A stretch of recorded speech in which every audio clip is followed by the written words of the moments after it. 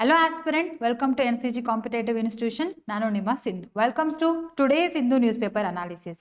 ಇವತ್ತಿನ news paper ಅಲ್ಲಿ ಬಂದಾಗ you have to cover these 5 articles. ಅದರಲ್ಲೂ ಕೂಡ ಇಂಪಾರ್ಟೆಂಟ್ ಒನ್. ಸೊ ನಿನ್ನೆ GST ಕೌನ್ಸಿಲ್ ಮೀಟಿಂಗ್ ಆಗಿದೆ, ಅಲ್ಲಿ ಏನೇನೆಲ್ಲ ಹೇಳಿದ್ದಾರೆ, ಯಾವ್ಯಾವ ಥರ ಸ್ಲ್ಯಾಬ್ ರೇಟ್ ಚೇಂಜ್ ಆಗಿದೆ, ಮೋಸ್ಟ್ ಇಂಪಾರ್ಟೆಂಟ್ ಒನ್. ಅದ್ರ ಜೊತೆಗೆ ಇನ್ನೊಂದು ಇಂಪಾರ್ಟೆಂಟ್ ಒನ್ ಯಾವುದಪ್ಪ ಅಂತಂದ್ರೆ that is critical mineral recycling ಸ್ಕೀಮ್ನ ಇಂಡಿಯಾ ಅಪ್ರೂವ್ ಮಾಡಿದೆ. ಇವೆರಡಕ್ಕೂ ಇಂಪಾರ್ಟೆಂಟ್. ಅದನ್ನು ಬಿಟ್ಟು ಉಳಿದದ್ದು ಏನೇನು ಇದೆ ಅನ್ನೋದನ್ನ ನಾವು ನೋಡ್ತಾ ಬರೋಣ. ಅದಕ್ಕೂ ಮುಂಚೆ ನಿಮ್ಮೆಲ್ಲರಿಗೂ ಕೂಡ ಒಂದು ಅನೌನ್ಸ್ಮೆಂಟ್ ಇದೆ. ನಮ್ಮ NCG ಕಾಂಪಿಟೇಟಿವ್ ಇನ್ಸ್ಟಿಟ್ಯೂಷನ್ ಅಲ್ಲಿ ಹೊಸದಾಗಿ KS, group C, FDA, SDA, PDO, VAO ಯಾರು ಎಕ್ಸಾಮ್ಸ್ಗೆ ಪ್ರಿಪೇರ್ ಆಗೋದಕ್ಕೆ ಕೋರ್ಸಸ್ನ ನೋಡ್ತಾ ಇದ್ದೀರಾ, ಕ್ಲಾಸಸ್ಗಳು ಸ್ಟಾರ್ಟ್ ಆಗ್ತಾ ಇದೆ. ಇದೇ ತಿಂಗಳು 15ನೇ ತಾರೀಕಿಂದ ಕೋರ್ಸಸ್ಗಳು ಸ್ಟಾರ್ಟ್ ಆಗ್ತಾ ಇದೆ. ಇಲ್ಲಿ ಕ್ಲಾಸಸ್ ಬಂದು ನಿಮಗೆ ಕನ್ನಡ ಹಾಗೂ ಇಂಗ್ಲಿಷ್ ಎರಡರಲ್ಲೂ ಸಹ ಇರುತ್ತೆ. ಆನ್ಲೈನ್, ಆಫ್ಲೈನ್, ರೆಕಾರ್ಡೆಡ್ ಮೂರು ಕೂಡ ಅವೈಲಬಲ್ ಇರುತ್ತೆ. Morning batch and evening batch ಎರಡೂ ಕೂಡ ನಿಮಗೆ ಸಿಗುತ್ತೆ. ಸೊ ನೀವು ಬೇಸ್ಡ್ ಆನ್ ಯುವರ್ ಟೈಮಿಂಗ್ಸ್ ನೀವು ಬ್ಯಾಚಸ್ಗಳಿಗೆ ಬಂದು ಸೇರ್ಕೋಬಹುದು. ಇಲ್ಲಿ ನಿಮಗೆ ಕ್ಲಾಸಸ್ ಜೊತೆಗೆ ಪ್ರತಿಯೊಂದು ಚಾಪ್ಟರ್ ವೈಸ್ ಟೆಸ್ಟ್ ಸೀರೀಸ್ ಆಗಿರ್ಬೋದು, ಹಾಗೆ subject wise test series, full length test series, NCERT test series, current affairs ಎಲ್ಲವೂ ಕೂಡ ಕವರ್ ಆಗುತ್ತೆ along with 1-to-1 mentorship. Okay, then ಅದು ಅಲ್ಲದೆ ಯಾರೆಲ್ಲರೂ ಕೂಡ PSI ESI ಪ್ರಿಪರೇಷನ್ನ ಮಾಡ್ತಾ ಇದ್ದೀರಾ, PSI ESIಗೆ ನಮ್ಮ ಇನ್ಸ್ಟಿಟ್ಯೂಷನ್ ಅಲ್ಲಿ ಎಕ್ಸ್ಕ್ಲೂಸಿವ್ ಬ್ಯಾಚ್ ಸ್ಟಾರ್ಟ್ ಆಗ್ತಾ ಇದೆ. ಅದು ಕೂಡ ಮಾರ್ನಿಂಗ್ ಆ್ಯಂಡ್ ಈವ್ನಿಂಗ್ ಬ್ಯಾಚ್ ಸಹ ಇದೆ. ಇಲ್ಲಿನೂ ಕೂಡ ನಿಮಗೆ ಕ್ಲಾಸಸ್ಗಳು ಕನ್ನಡ ಹಾಗೂ ಇಂಗ್ಲಿಷ್ ಇರುತ್ತೆ. ಆನ್ಲೈನ್, ಆಫ್ಲೈನ್, ರೆಕಾರ್ಡೆಡ್ ಮೂರು ಸಹ ಅವೈಲಬಲ್ ಇರುತ್ತೆ. ಇಲ್ಲೂ ನಿಮಗೆ ಸಬ್ಜೆಕ್ಟ್ ವೈಸ್, ಟಾಪಿಕ್ ವೈಸ್ ಟೆಸ್ಟ್ಗಳು which will covers both your paper 1, paper 2 and current affairs along with NCERT test series, current affairs ಎಲ್ಲವೂ ಕೂಡ ಕವರ್ ಆಗುತ್ತೆ. ದೆನ್ ಸೊ ನನ್ನ ಕೋರ್ಸಸ್ ಬೇಡ, ನಾನು ಬರೀ ಟೆಸ್ಟ್ ಸೀರೀಸ್ ಅಷ್ಟೇ ನೋಡ್ತಾ ಇದ್ದೀನಿ ಅಂದ್ರೂ ಸಹ ನಿಮಗೆ PSI ESIಗೆ ಟೆಸ್ಟ್ ಸೀರೀಸ್ ಕೂಡ ಇದೆ. ಅದರಲ್ಲಿ ನಿಮಗೆ ಟೋಟಲ್ ಆಗಿ 33 ಟೆಸ್ಟ್ಗಳಿದ್ದಾವೆ. ಪೇಪರ್ 1, ಪೇಪರ್ 2 ಹಾಗೆ 1 ಇಯರ್ ಕಂಪ್ಲೀಟ್ ಕರೆಂಟ್ ಅಫೇರ್ಸ್ ನಿಮಗೆ ಕವರ್ ಆಗುತ್ತೆ. ಇದ್ರದ್ದು ಕಂಪ್ಲೀಟ್ ಡೀಟೇಲ್ ಅನಾಲಿಸಿಸ್ ಕೂಡ ನಿಮಗೆ ಸಿಗುತ್ತೆ. ಆ್ಯಂಡ್ ಒಂದು ಫ್ರೀ ಡೆಮೋ ಟೆಸ್ಟ್ ಕೂಡ ಇದೆ, ನೀವು ಬಂದು ಅಟೆಂಡ್ ಮಾಡಿ ಯಾವ ಥರ ಇದೆ ಅಂತ ನೀವು ನೋಡ್ಬೋದು. ಟೆಸ್ಟು ಕೂಡ ಕನ್ನಡ ಹಾಗೂ ಇಂಗ್ಲಿಷ್ ಎರಡರಲ್ಲೂ ಕೂಡ ಅವೈಲಬಲ್ ಇದೆ. And it is available for more cheaper price. ನೀವು ಒಂದು ಡೆಮೋ ಟೆಸ್ಟ್ನ ಕೂಡ ತಗೊಂಡು ನೋಡ್ಬೋದು. ಓಕೆ, ಸೊ ಇಷ್ಟನ್ನು ಹೇಳ್ತಾ ಇವತ್ತಿನ ಕ್ಲಾಸ್ನ ಸ್ಟಾರ್ಟ್ ಮಾಡೋಣ. And first important one, GST Council approves 2 rate tax slab effective from September 22nd. So before we are going to this article, GST Council ಬಗ್ಗೆ ಒಂದು ಕ್ವಶನ್ ಇದೆ, ಆನ್ಸರ್ ಮಾಡಿ. ಎಲ್ಲರೂ ಕೂಡ ನಿಮ್ಮ ಸ್ಟಾಟಿಕ್ ಪಾರ್ಟ್ ಅಲ್ಲಿ ಓದಿರ್ತೀರಾ GST ಕೌನ್ಸಿಲ್ ಬಗ್ಗೆ. So what is the right answer to related to GST council ಅಂತ ನಮಗೆ ಕಮೆಂಟ್ ಮಾಡಿ ತಿಳಿಸಿ. First statement related to GST council. GST council is the constitutional body under article 279A. Union Finance Minister is its chairperson. Decisions are taken by simple majority. States have 2/3 weights in a voting. Okay, so which of these statements are correct? Option A 1, 2, 3. Option B 1, 2 and 4. Option C 2 and 3. Option D 1 and 4 only. So ಯಾವುದು right answer ನಮಗೆ comment ಮಾಡಿ ತಿಳಿಸಿ. Okay, so ನಿನ್ನೆ GST ಕೌನ್ಸಿಲ್ನ 56th meeting ಆಗಿದೆ. ಅಲ್ಲಿ ಏನು ಮಾಡಿದಾರಪ್ಪ ಅಂತಂದ್ರೆ ನಮ್ಮ ಟ್ಯಾಕ್ಸ್ ಸ್ಲ್ಯಾಬ್ ರೇಟ್ ಏನಿದೆಯೋ ಅದನ್ನ 2ಕ್ಕೆ ಕನ್ವರ್ಟ್ ಮಾಡಿದ್ದಾರೆ. ಹಾಗಿದ್ರೆ ಮುಂಚೆ ಎಷ್ಟಿತ್ತು? 0, 5, 12, 18 ಆ್ಯಂಡ್ 28%. 5 ಸ್ಲ್ಯಾಬ್ ರೇಟ್ಗಳಿತ್ತು. 0ನ ಕನ್ಸಿಡರ್ ಮಾಡ್ತಿದ್ದಾರೆ, ಅದನ್ನು ಬಿಟ್ಟು 4 ಸ್ಲ್ಯಾಬ್ ರೇಟ್ ಅಂತ ಕರಿತಾ ಇದ್ರು. ಇವಾಗಲೂ ಕೂಡ 0 ಸ್ಲ್ಯಾಬ್ ರೇಟ್ ಕೂಡ ಇದೆ. Then 5 is there and after that 18 is there. Okay, so ಇನ್ನೆರಡು 12 ಆ್ಯಂಡ್ 28ನ ಏನು ಮಾಡಿದಾರಪ್ಪ ಅಂತಂದ್ರೆ ರಿಮೂವ್ ಮಾಡಿದ್ದಾರೆ. So we will see completely about this one. Then GST council ಬಗ್ಗೆನೂ ನಾವು ತಿಳ್ಕೊಳ್ಳೋಣ. GST council is the constitutional body which comes under article number 279A. ಓಕೆ, ಸೊ GSTನ ಅಡಾಪ್ಟ್ ಮಾಡ್ಕೊಂಡಾದ್ಮೇಲೆ 2017 ಅಲ್ಲಿ through 101st constitution amendment act within 60 days ಏನು ಮಾಡಿದ್ರಪ್ಪ ಅಂದ್ರೆ GST ಕೌನ್ಸಿಲ್ನ ಫಾರ್ಮೇಷನ್ ಮಾಡಿದ್ರು. ಇದನ್ನ ಫಾರ್ಮ್ ಮಾಡಿದವ್ರು ಯಾರು ಅಥವಾ ಎಸ್ಟಾಬ್ಲಿಷ್ಮೆಂಟ್ ಮಾಡಿದವ್ರು ಯಾರು ಅಂತ ಬಂದಾಗ that is president of the India. So remember this point also. ಇದನ್ನು ಕೂಡ ನಿಮ್ಮ ಎಕ್ಸಾಮ್ ಅಲ್ಲಿ ಕೇಳಬಹುದು. ಸೊ ಸುಮಾರು 1 ತಿಂಗಳಿಂದನೂ ಕೂಡ ನ್ಯೂಸ್ ಅಲ್ಲಿ ಇದೆ GST ಕೌನ್ಸಿಲ್. ಅಪ್ಕಮಿಂಗ್ ಎಕ್ಸಾಮಿನೇಷನ್ ಅಲ್ಲಿ ಇದು ಕೂಡ ಇಂಪಾರ್ಟೆಂಟ್ ಕ್ವಶನ್ ಆಗುತ್ತೆ. ದೆನ್ ಈ GST ಕೌನ್ಸಿಲ್ ಚೇರ್ಪರ್ಸನ್ ಯಾರಪ್ಪ ಅಂತ ಹೇಳಿದ್ರೆ that is the union finance minister is the chairperson of this GST council. Then ಇಲ್ಲಿ ಮೆಂಬರ್ಸ್ಗಳು ಇರ್ತಾರೆ. ಯಾರ್ಯಾರು? The union ministers of the state like a finance minister or the revenue minister. Then ಸ್ಟೇಟ್ಗಳಲ್ಲಿ ಇರುವಂತಹ ಎಲ್ಲರೂ ರೆವೆನ್ಯೂ ಆ್ಯಂಡ್ ಫಿನಾನ್ಸ್ ಮಿನಿಸ್ಟರ್ ಯಾರು ಇರ್ತಾರೋ, ಮತ್ತು ಯೂನಿಯನ್ ಟೆರಿಟರೀಸ್ಗಳಲ್ಲಿ ಫಿನಾನ್ಸ್ ಆ್ಯಂಡ್ ರೆವೆನ್ಯೂ ಮಿನಿಸ್ಟರ್ಸ್ಗಳು ಯಾರು ಇರ್ತಾರೋ ಅವ್ರು ಏನಾಗಿರ್ತಾರಪ್ಪ ಅಂದರೆ ಇಲ್ಲಿಯ ಮೆಂಬರ್ಸ್ಗಳು ಆಗಿರ್ತಾರೆ. ಆ್ಯಂಡ್ ಇಲ್ಲಿ ಡಿಸಿಷನ್ ಟೇಕಿಂಗ್ ಅಂತ ಬಂದಾಗ ಸೆಂಟ್ರಲ್ ಗೌರ್ಮೆಂಟಿಗೆ ಎಷ್ಟು ಕೊಟ್ಟಿದ್ದಾರಪ್ಪ ಅಂದರೆ 103rd ವೇಟೇಜ್ನ ಕೊಟ್ಟಿದ್ದಾರೆ. Versus central versus the state government has a 2/3 weightage. Okay, so ಜಾಸ್ತಿ ವೇಟೇಜ್ ಯಾರಿಗಿರುವಂಥದ್ದು ಸ್ಟೇಟ್ಸ್ಗಳಿಗೆ. ಎಲ್ಲ ಸ್ಟೇಟ್ನ ಕಂಪೇರ್ ಮಾಡಿದಾಗ ವೇಟೇಜ್ ಜಾಸ್ತಿ ಇದೆ. ಬಟ್ ಇಂಡಿವಿಜುವಲ್ ಸ್ಟೇಟ್ ಅಂತ ಹೇಳಿದಾಗ ಅಲ್ಲಿ ವೇಟೇಜ್ ಕಡಿಮೆ ಆಗ್ತಾ ಬರುತ್ತೆ. Whatever 2/3 weightage is there divided by 28ನ ಮಾಡಿ. ಓಕೆ, ಅವಾಗ ಏನಾಗುತ್ತೆ ವೇಟೇಜ್ ಕಡಿಮೆ ಆಗುತ್ತೆ. ಬಟ್ ಓವರ್ ಆಲ್ ಸ್ಟೇಟ್ಗಳನ್ನ ತಗೊಂಡಾಗ they gave the weightage of 2/3 and for the state 1/3 ವೇಟೇಜ್ನ ಕೊಟ್ಟಿದ್ದಾರೆ. ದೆನ್ ಡಿಸಿಷನ್ ತಗೋಬೇಕು ಅಂತಂದ್ರೆ 75% of the majority. What is this 75% of the majority ಅಂತ ಬಂದ್ರೆ it's not a simple majority, it is the special majority. Okay, so I hope ನಾನು ಏನು ಕ್ವಶನ್ನ ಕೇಳಿದ್ದೀನಿ ಅದಕ್ಕೆ complete answer ನಿಮಗೆ ಸಿಕ್ಕಿದೆ ಅಂತ ಅನ್ಕೊಂಡಿದ್ದೀನಿ. ಇವಾಗ ಒಂದು ಸರಿ ಲಾಸ್ಟಿಗೆ ಹೋಗಿ ಕ್ವಶನ್ ನೋಡಿ ರೈಟ್ ಆನ್ಸರ್ ಏನನ್ನೋದನ್ನ ನಮಗೆ ಕಮೆಂಟ್ ಮಾಡಿ ತಿಳಿಸಿ. Then what is the functions of the GST council? GST council ಏನೇನು ಫಂಕ್ಷನ್ಗಳನ್ನ ಮಾಡುತ್ತೆ? It recommended the tax rates, ಯಾವ್ದಾದ್ರು ಎಷ್ಟೆಷ್ಟು ಟ್ಯಾಕ್ಸ್ ರೇಟ್ ಇರಬೇಕು, ಎಕ್ಸಂಪ್ಷನ್ ಆಗಿರ್ಬೋದು, ಥ್ರೆಶೋಲ್ಡ್ ಆಗಿರ್ಬೋದು, ಎಲ್ಲಾನು ಕೂಡ ಯಾರು ಡಿಸೈಡ್ ಮಾಡ್ತಾರಪ್ಪ ಅಂದ್ರೆ GST ಕೌನ್ಸಿಲ್ ಡಿಸೈಡ್ ಮಾಡುತ್ತೆ. And it will resolve the dispute between the centre and state regarding the tax collection, tax distribution, etc. And a third one, it decides on the compensation to a states for the revenue losses. Okay, one nation, one indirect tax na ಮಾಡಿದಾಗ, so that is nothing but GST. So ಸುಮಾರು ಸ್ಟೇಟ್ಗಳಿಗೆ ಏನಾಯ್ತಪ್ಪ ಅಂತ ಹೇಳಿದ್ರೆ ಟ್ಯಾಕ್ಸಸ್ಗಳು loss ಆಯಿತು, revenue loss ಆಯಿತು. ಅದಕ್ಕೆ ಏನೇನು compensation ಕೊಡಬೇಕು, ಎಷ್ಟು ವರ್ಷ ತನಕ ಕೊಡಬೇಕು, ದೆನ್ ಅದು ಕಂಟಿನ್ಯೂ ಮಾಡಬೇಕಾ ಮಾಡಬಾರ್ದಾ, ಆ ಡಿಸಿಷನ್ ಕೂಡ ಯಾರು ನೋಡ್ಕೊಳ್ತಾರೆ? GST ಕೌನ್ಸಿಲೇ ನೋಡ್ಕೊಳ್ಳುತ್ತೆ. And it will review and rationalise the GST structure. GST ಏನೇ ಚೇಂಜಸ್ ಮಾಡಬೇಕಾದ್ರೂ ಕೂಡ ಯಾರು ನೋಡ್ಕೊಳ್ತಾರಪ್ಪ ಅಂದ್ರೆ ಅದು ಕೂಡ GST ಕೌನ್ಸಿಲೇ ನೋಡ್ಕೊಳ್ಳುತ್ತೆ. ಓಕೆ, ದೆನ್ ಈ resolve distribute centre and state ಅಲ್ಲಿ ಬಂದಾಗ ರೀಸೆಂಟ್ ಆಗಿ GST ಕೌನ್ಸಿಲ್ ಏನ ಕೂಡ ಅಪಾಯಿಂಟ್ಮೆಂಟ್ ಮಾಡಿದೆಪ್ಪ ಅಂತಂದ್ರೆ GST ಟ್ರಿಬ್ಯುನಲ್ಸ್ಗಳನ್ನು ಕೂಡ ಅಪಾಯಿಂಟ್ಮೆಂಟ್ ಮಾಡಿದೆ. Okay, so you should know this one also. Okay, next after that ಇವಾಗ ಏನಕ್ಕೆ ನ್ಯೂಸ್ ಅಲ್ಲಿ ಇತ್ತು? ಈ GST ಕೌನ್ಸಿಲ್ 56th ಮೀಟಿಂಗ್ ಆಗಿದೆ. ಇದರಲ್ಲಿ ಏನ್ ಮಾಡಿದಾರಪ್ಪ ಅಂತ ಬಂದಾಗ ಟ್ಯಾಕ್ಸ್ ಸ್ಲ್ಯಾಬ್ ನ ರೆಡ್ಯೂಸ್ ಮಾಡಿದ್ದಾರೆ. Reduce to 2. ಯಾವ್ದಾವ್ದು ರಿಟೈನ್ ಆಗಿದೆ? Only 5% slab and 18% slab is there. Then along with that ಒಂದು 40% ಸ್ಲ್ಯಾಬ್ನ ಇಂಟ್ರೊಡ್ಯೂಸ್ ಮಾಡಿದ್ದಾರೆ. That is called as the special rate in GST. ಇದರಲ್ಲಿ ಯಾವುದೆಲ್ಲವೂ ಕೂಡ ಲಕ್ಸುರಿ ಐಟಮ್ಸ್ಗಳಾಗಿರ್ಬೋದು, ಸಿನ್ ಗೂಡ್ಸ್ಗಳಾಗಿರ್ಬೋದು, ಇದೆಲ್ಲವೂ ಕೂಡ ಯಾವ ಸ್ಲ್ಯಾಬ್ ರೇಟು ಬರುತ್ತೆ? 40% ಸ್ಲ್ಯಾಬ್ ರೇಟು ಬರುತ್ತೆ. What is this sin goods? ಯಾವ್ದಾದ್ರೂ ಕೂಡ ನಮ್ಮ ಹೆಲ್ತ್ಗೆ ಇಂಪ್ಯಾಕ್ಟ್ ಮಾಡಿದ್ರೆ ಅಥವಾ ಎನ್ವಿರಾನ್ಮೆಂಟ್ಗೆ ಇಂಪ್ಯಾಕ್ಟ್ ಮಾಡಿದ್ರೆ ಅಂತಹ ಗೂಡ್ಸ್ಗಳನ್ನ ನಾವೇನಂತ ಕರಿತೀವಪ್ಪ ಅಂದ್ರೆ ಸಿನ್ ಗೂಡ್ಸ್ ಅಂತ ಕರಿತೀವಿ. ಫಾರ್ ಎಕ್ಸಾಂಪಲ್ ಸಿಗರೇಟ್ಸ್ಗಳಾಗಿರ್ಬೋದು, ಪಾನ್ ಮಸಾಲ, ದೆನ್ ಏರಿಯೇಟೆಡ್ ಡ್ರಿಂಕ್ಸ್ಗಳಾಗಿರ್ಬೋದು, tobacco, all these things are the sin goods. Then ಲಕ್ಸುರಿಯಲ್ಲಿ ಬಂದಾಗ ಲಾರ್ಜ್ ಕಾರ್ಸ್ಗಳಾಗಿರ್ಬೋದು, ಹೆಲಿಕಾಪ್ಟರ್ಸ್ಗಳಾಗಿರ್ಬೋದು, ಇದೆಲ್ಲವೂ ಕೂಡ ಎಲ್ಲಿ ಬರುತ್ತೆ? ಲಕ್ಸುರಿ ಗುಡ್ಸ್ಗಳಲ್ಲಿ ಬರುತ್ತೆ. ಓಕೆ, ಅದರಲ್ಲಿ ಮಾತ್ರ ಟ್ಯಾಕ್ಸ್ ಎಷ್ಟಿರುತ್ತೆ? 40%.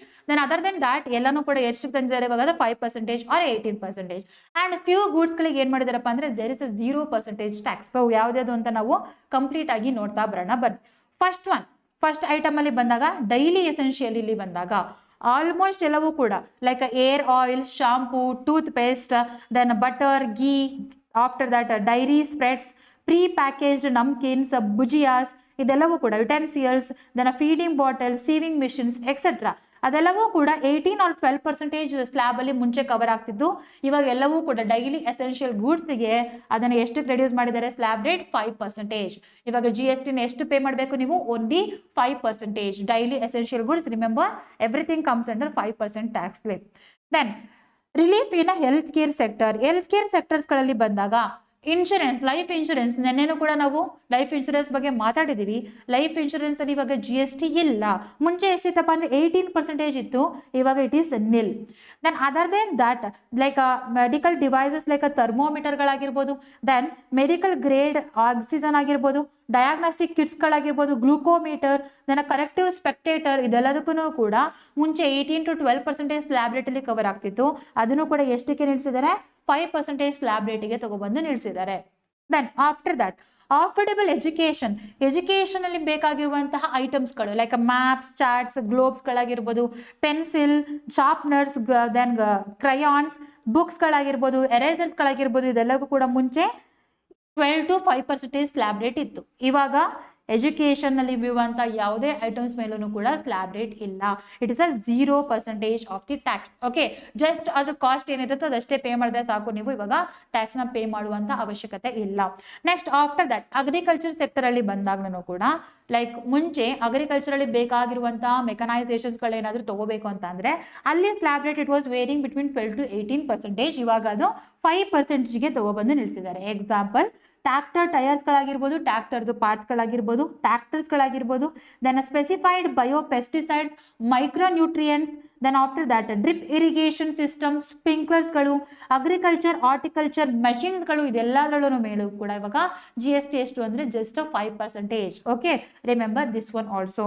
Then automobiles are made affordable. Okay, so ಮುಂಚೆ ನಾವು ನೋಡ್ತಾ ಇದ್ರೆ ಯಾವುದೇ ಆದ್ರೂ ಕೂಡ petrol, then diesel ವೆಹಿಕಲ್ಸ್ಗಳಾಗಿರ್ಬೋದು, hybrid ವೆಹಿಕಲ್ಸ್ಗಳಾಗಿರ್ಬೋದು, EV ಆಗಿರ್ಬೋದು, 3 ವೀಲರ್ಸ್ಗಳಾಗಿರ್ಬೋದು, ಇದೆಲ್ಲದೂ ಕೂಡ ಎಷ್ಟು ಟ್ಯಾಕ್ಸ್ ರೇಟ್ ಇತ್ತು ಅಂತ ಬಂದಾಗ 28%. Now it is reduce to 18%. All the automobiles, now the GST rate is 28 to 18%. Remember this one also. ಇದನ್ನು ಕೂಡ ಕೇಳಬಹುದು. ದೆನ್ ಸೊ ಮುಂಚೆ ಕೆಲವೊಂದು ಐಟಮ್ಸ್ಗಳ ಲಕ್ಸುರೀಸ್ ಅಂತ ಕರಿತಿದ್ರು, like air conditioner, then television above 32 inches. Like now means all the televisions are covered under just 18% of the GST. ನೀವು ಎಷ್ಟು ದೊಡ್ಡ ಟಿವಿ ತಗೊಳ್ಳಿ, ದ GST ಈಸ್ 18%. ಮುಂಚೆ ಏನಾಗ್ತಿತ್ತಪ್ಪ ಅಂತಂದ್ರೆ 32 ಇಂಚಿಗಿಂತ ನೀವೇನಾದ್ರೂ ಕೂಡ ಜಾಸ್ತಿ ದೊಡ್ಡ ಟಿವಿ ತಗೊಂಡಿದ್ರೆ ಅದನ್ನ ಲಕ್ಸುರಿ ಐಟಮ್ ಅಂತ ಕನ್ಸಿಡರ್ ಮಾಡಿ ಅದಕ್ಕೆ 28% GST ಹಾಕ್ತಿದ್ರು. ಇವಾಗ ಅದು ಕೂಡ ರೆಡ್ಯೂಸ್ ಆಗಿರುವಂಥದ್ದು. Then monitors, projectors, dish washing ಮೆಷಿನ್ಸ್ಗಳು, ಇದೆಲ್ಲವೂ ಕೂಡ ಮುಂಚೆ ಏನಂತ ಕನ್ಸಿಡರ್ ಮಾಡ್ತಿದ್ರು, ಲಕ್ಸುರಿ ಐಟಮ್ಸ್ ಅಂತ ಕನ್ಸಿಡರ್ ಮಾಡ್ತಿದ್ರು. Now there slab rate, GST slab rate is reduce to 18%. 28 ಇಂದ 18%ಗೆ ರೆಡ್ಯೂಸ್ ಮಾಡಿದ್ದಾರೆ. ಹಾಗಿದ್ರೆ ಈ ಎಲ್ಲ ಐಟಮ್ಸ್ಗಳು ಕೂಡ ನಮ್ಮ ಮಾರ್ಕೆಟಲ್ಲಿ ಚೀಪಾಗಿ ಅವೈಲಬಲ್ ಆಗುತ್ತಾ? ಎಸ್. ಸೊ ಟ್ಯಾಕ್ಸ್ನ ಕಟ್ ಮಾಡಿದ್ರು ಅಂತಂದರೆ ಅದರ ಪ್ರೈಸ್ ಕೂಡ ಕಡಿಮೆ ಆಗುತ್ತೆ. ದೆನ್ ಎಲ್ಲರೂ ಕೂಡ ಏನಾಗ್ಬೋದಪ್ಪ ಅಂದರೆ ಈ ಪ್ರಾಡಕ್ಟ್ಸ್ಗಳನ್ನ ಆರಾಮಾಗಿ ಅಫೋರ್ಡೆಬಲ್ ಆಗಿ ಏನು ಮಾಡ್ಬೋದಪ್ಪ ಅಂದರೆ ಪರ್ಚೇಸ್ನ ಮಾಡ್ಬೋದು. ಇದರಿಂದ ಏನಾಗುತ್ತೆ, consumption, okay, consumption in Indian market will increases. Domestic ಪ್ರಾಡಕ್ಟ್ಸ್ಗಳಿಗೆ ಏನಾಗುತ್ತಪ್ಪ ಅಂತಂದ್ರೆ ತುಂಬಾ ಆದ್ಯತೆ ಸಿಗ್ತಾ ಬರುತ್ತೆ. ಓಕೆ ಮ್ಯಾಮ್, ಹಾಗಿದ್ರೆ ಈಗಂದ್ರೆ ಎಲ್ಲರೂ ಸ್ಲ್ಯಾಬ್ ರೇಟ್ನ ಕಟ್ ಮಾಡಿದಾರಲ್ಲ, ಇಲ್ಲಿ ರೆವೆನ್ಯೂ ಲಾಸ್ ಆಗಲ್ವಾ ಅಂತಂದ್ರೆ ಎಸ್, ಆಲ್ಮೋಸ್ಟ್ 48,000 crore rupees ಏನಾಗುತ್ತಪ್ಪ ಅಂತಂದ್ರೆ ಲಾಸ್ ಆಗುತ್ತೆ. ಬಟ್ ಕನ್ಸಂಪ್ಷನ್ ಜಾಸ್ತಿ ಆದ್ರೆ ಗೌರ್ಮೆಂಟ್ ಏನ್ ಮಾಡ್ಬೋದಪ್ಪ ಅಂದ್ರೆ ಇದನ್ನ ಆರಾಮಾಗಿ ರಿಕವರಿ ಮಾಡ್ಕೋಬಹುದು ಅಂತ ಯಾರು ಹೇಳಿದಾರಪ್ಪ ಅಂತಂದ್ರೆ ಯೂನಿಯನ್ ಫಿನಾನ್ಸ್ ಮಿನಿಸ್ಟರೇ ಹೇಳಿರುವಂಥದ್ದು. You should know it. Okay, so ಇದರಿಂದ ಏನೇನೆಲ್ಲ ಆಗುತ್ತಪ್ಪ ಅಂತಂದ್ರೆ ಒಂದು economic impact, as I said ಗೌರ್ಮೆಂಟ್ಗೆ ಲಾಸ್ ಆಗುತ್ತೆ ಆಲ್ಮೋಸ್ಟ್ 48,000 crore rupees. ಬಟ್ ಅದನ್ನ ಏನ್ ಮಾಡ್ತಾರೆ, ಅವರು ಫುಲ್ಫಿಲ್ ಮಾಡ್ಕೊಳ್ತಾರೆ.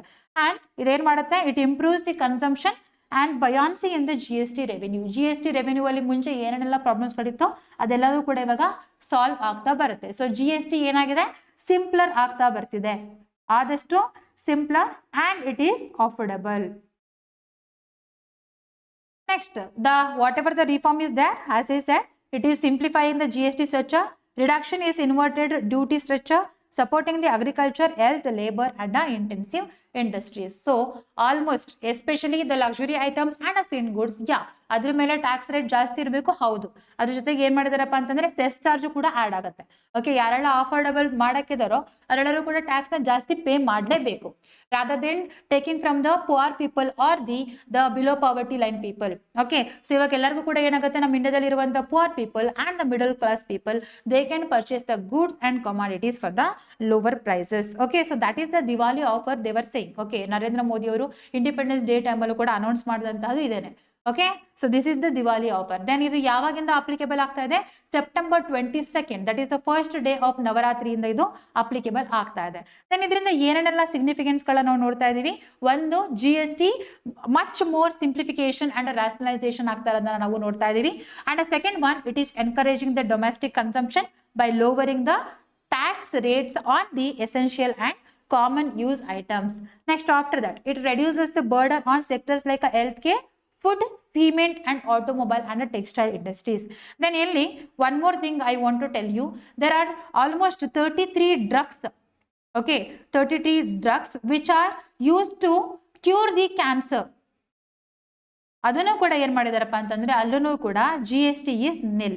That means 0% of the tax they are collecting to the drugs which are curing the cancers. Remember this one also. Next, after that, the retain of the higher tax on a luxury and a sin goods to discourage the consumption.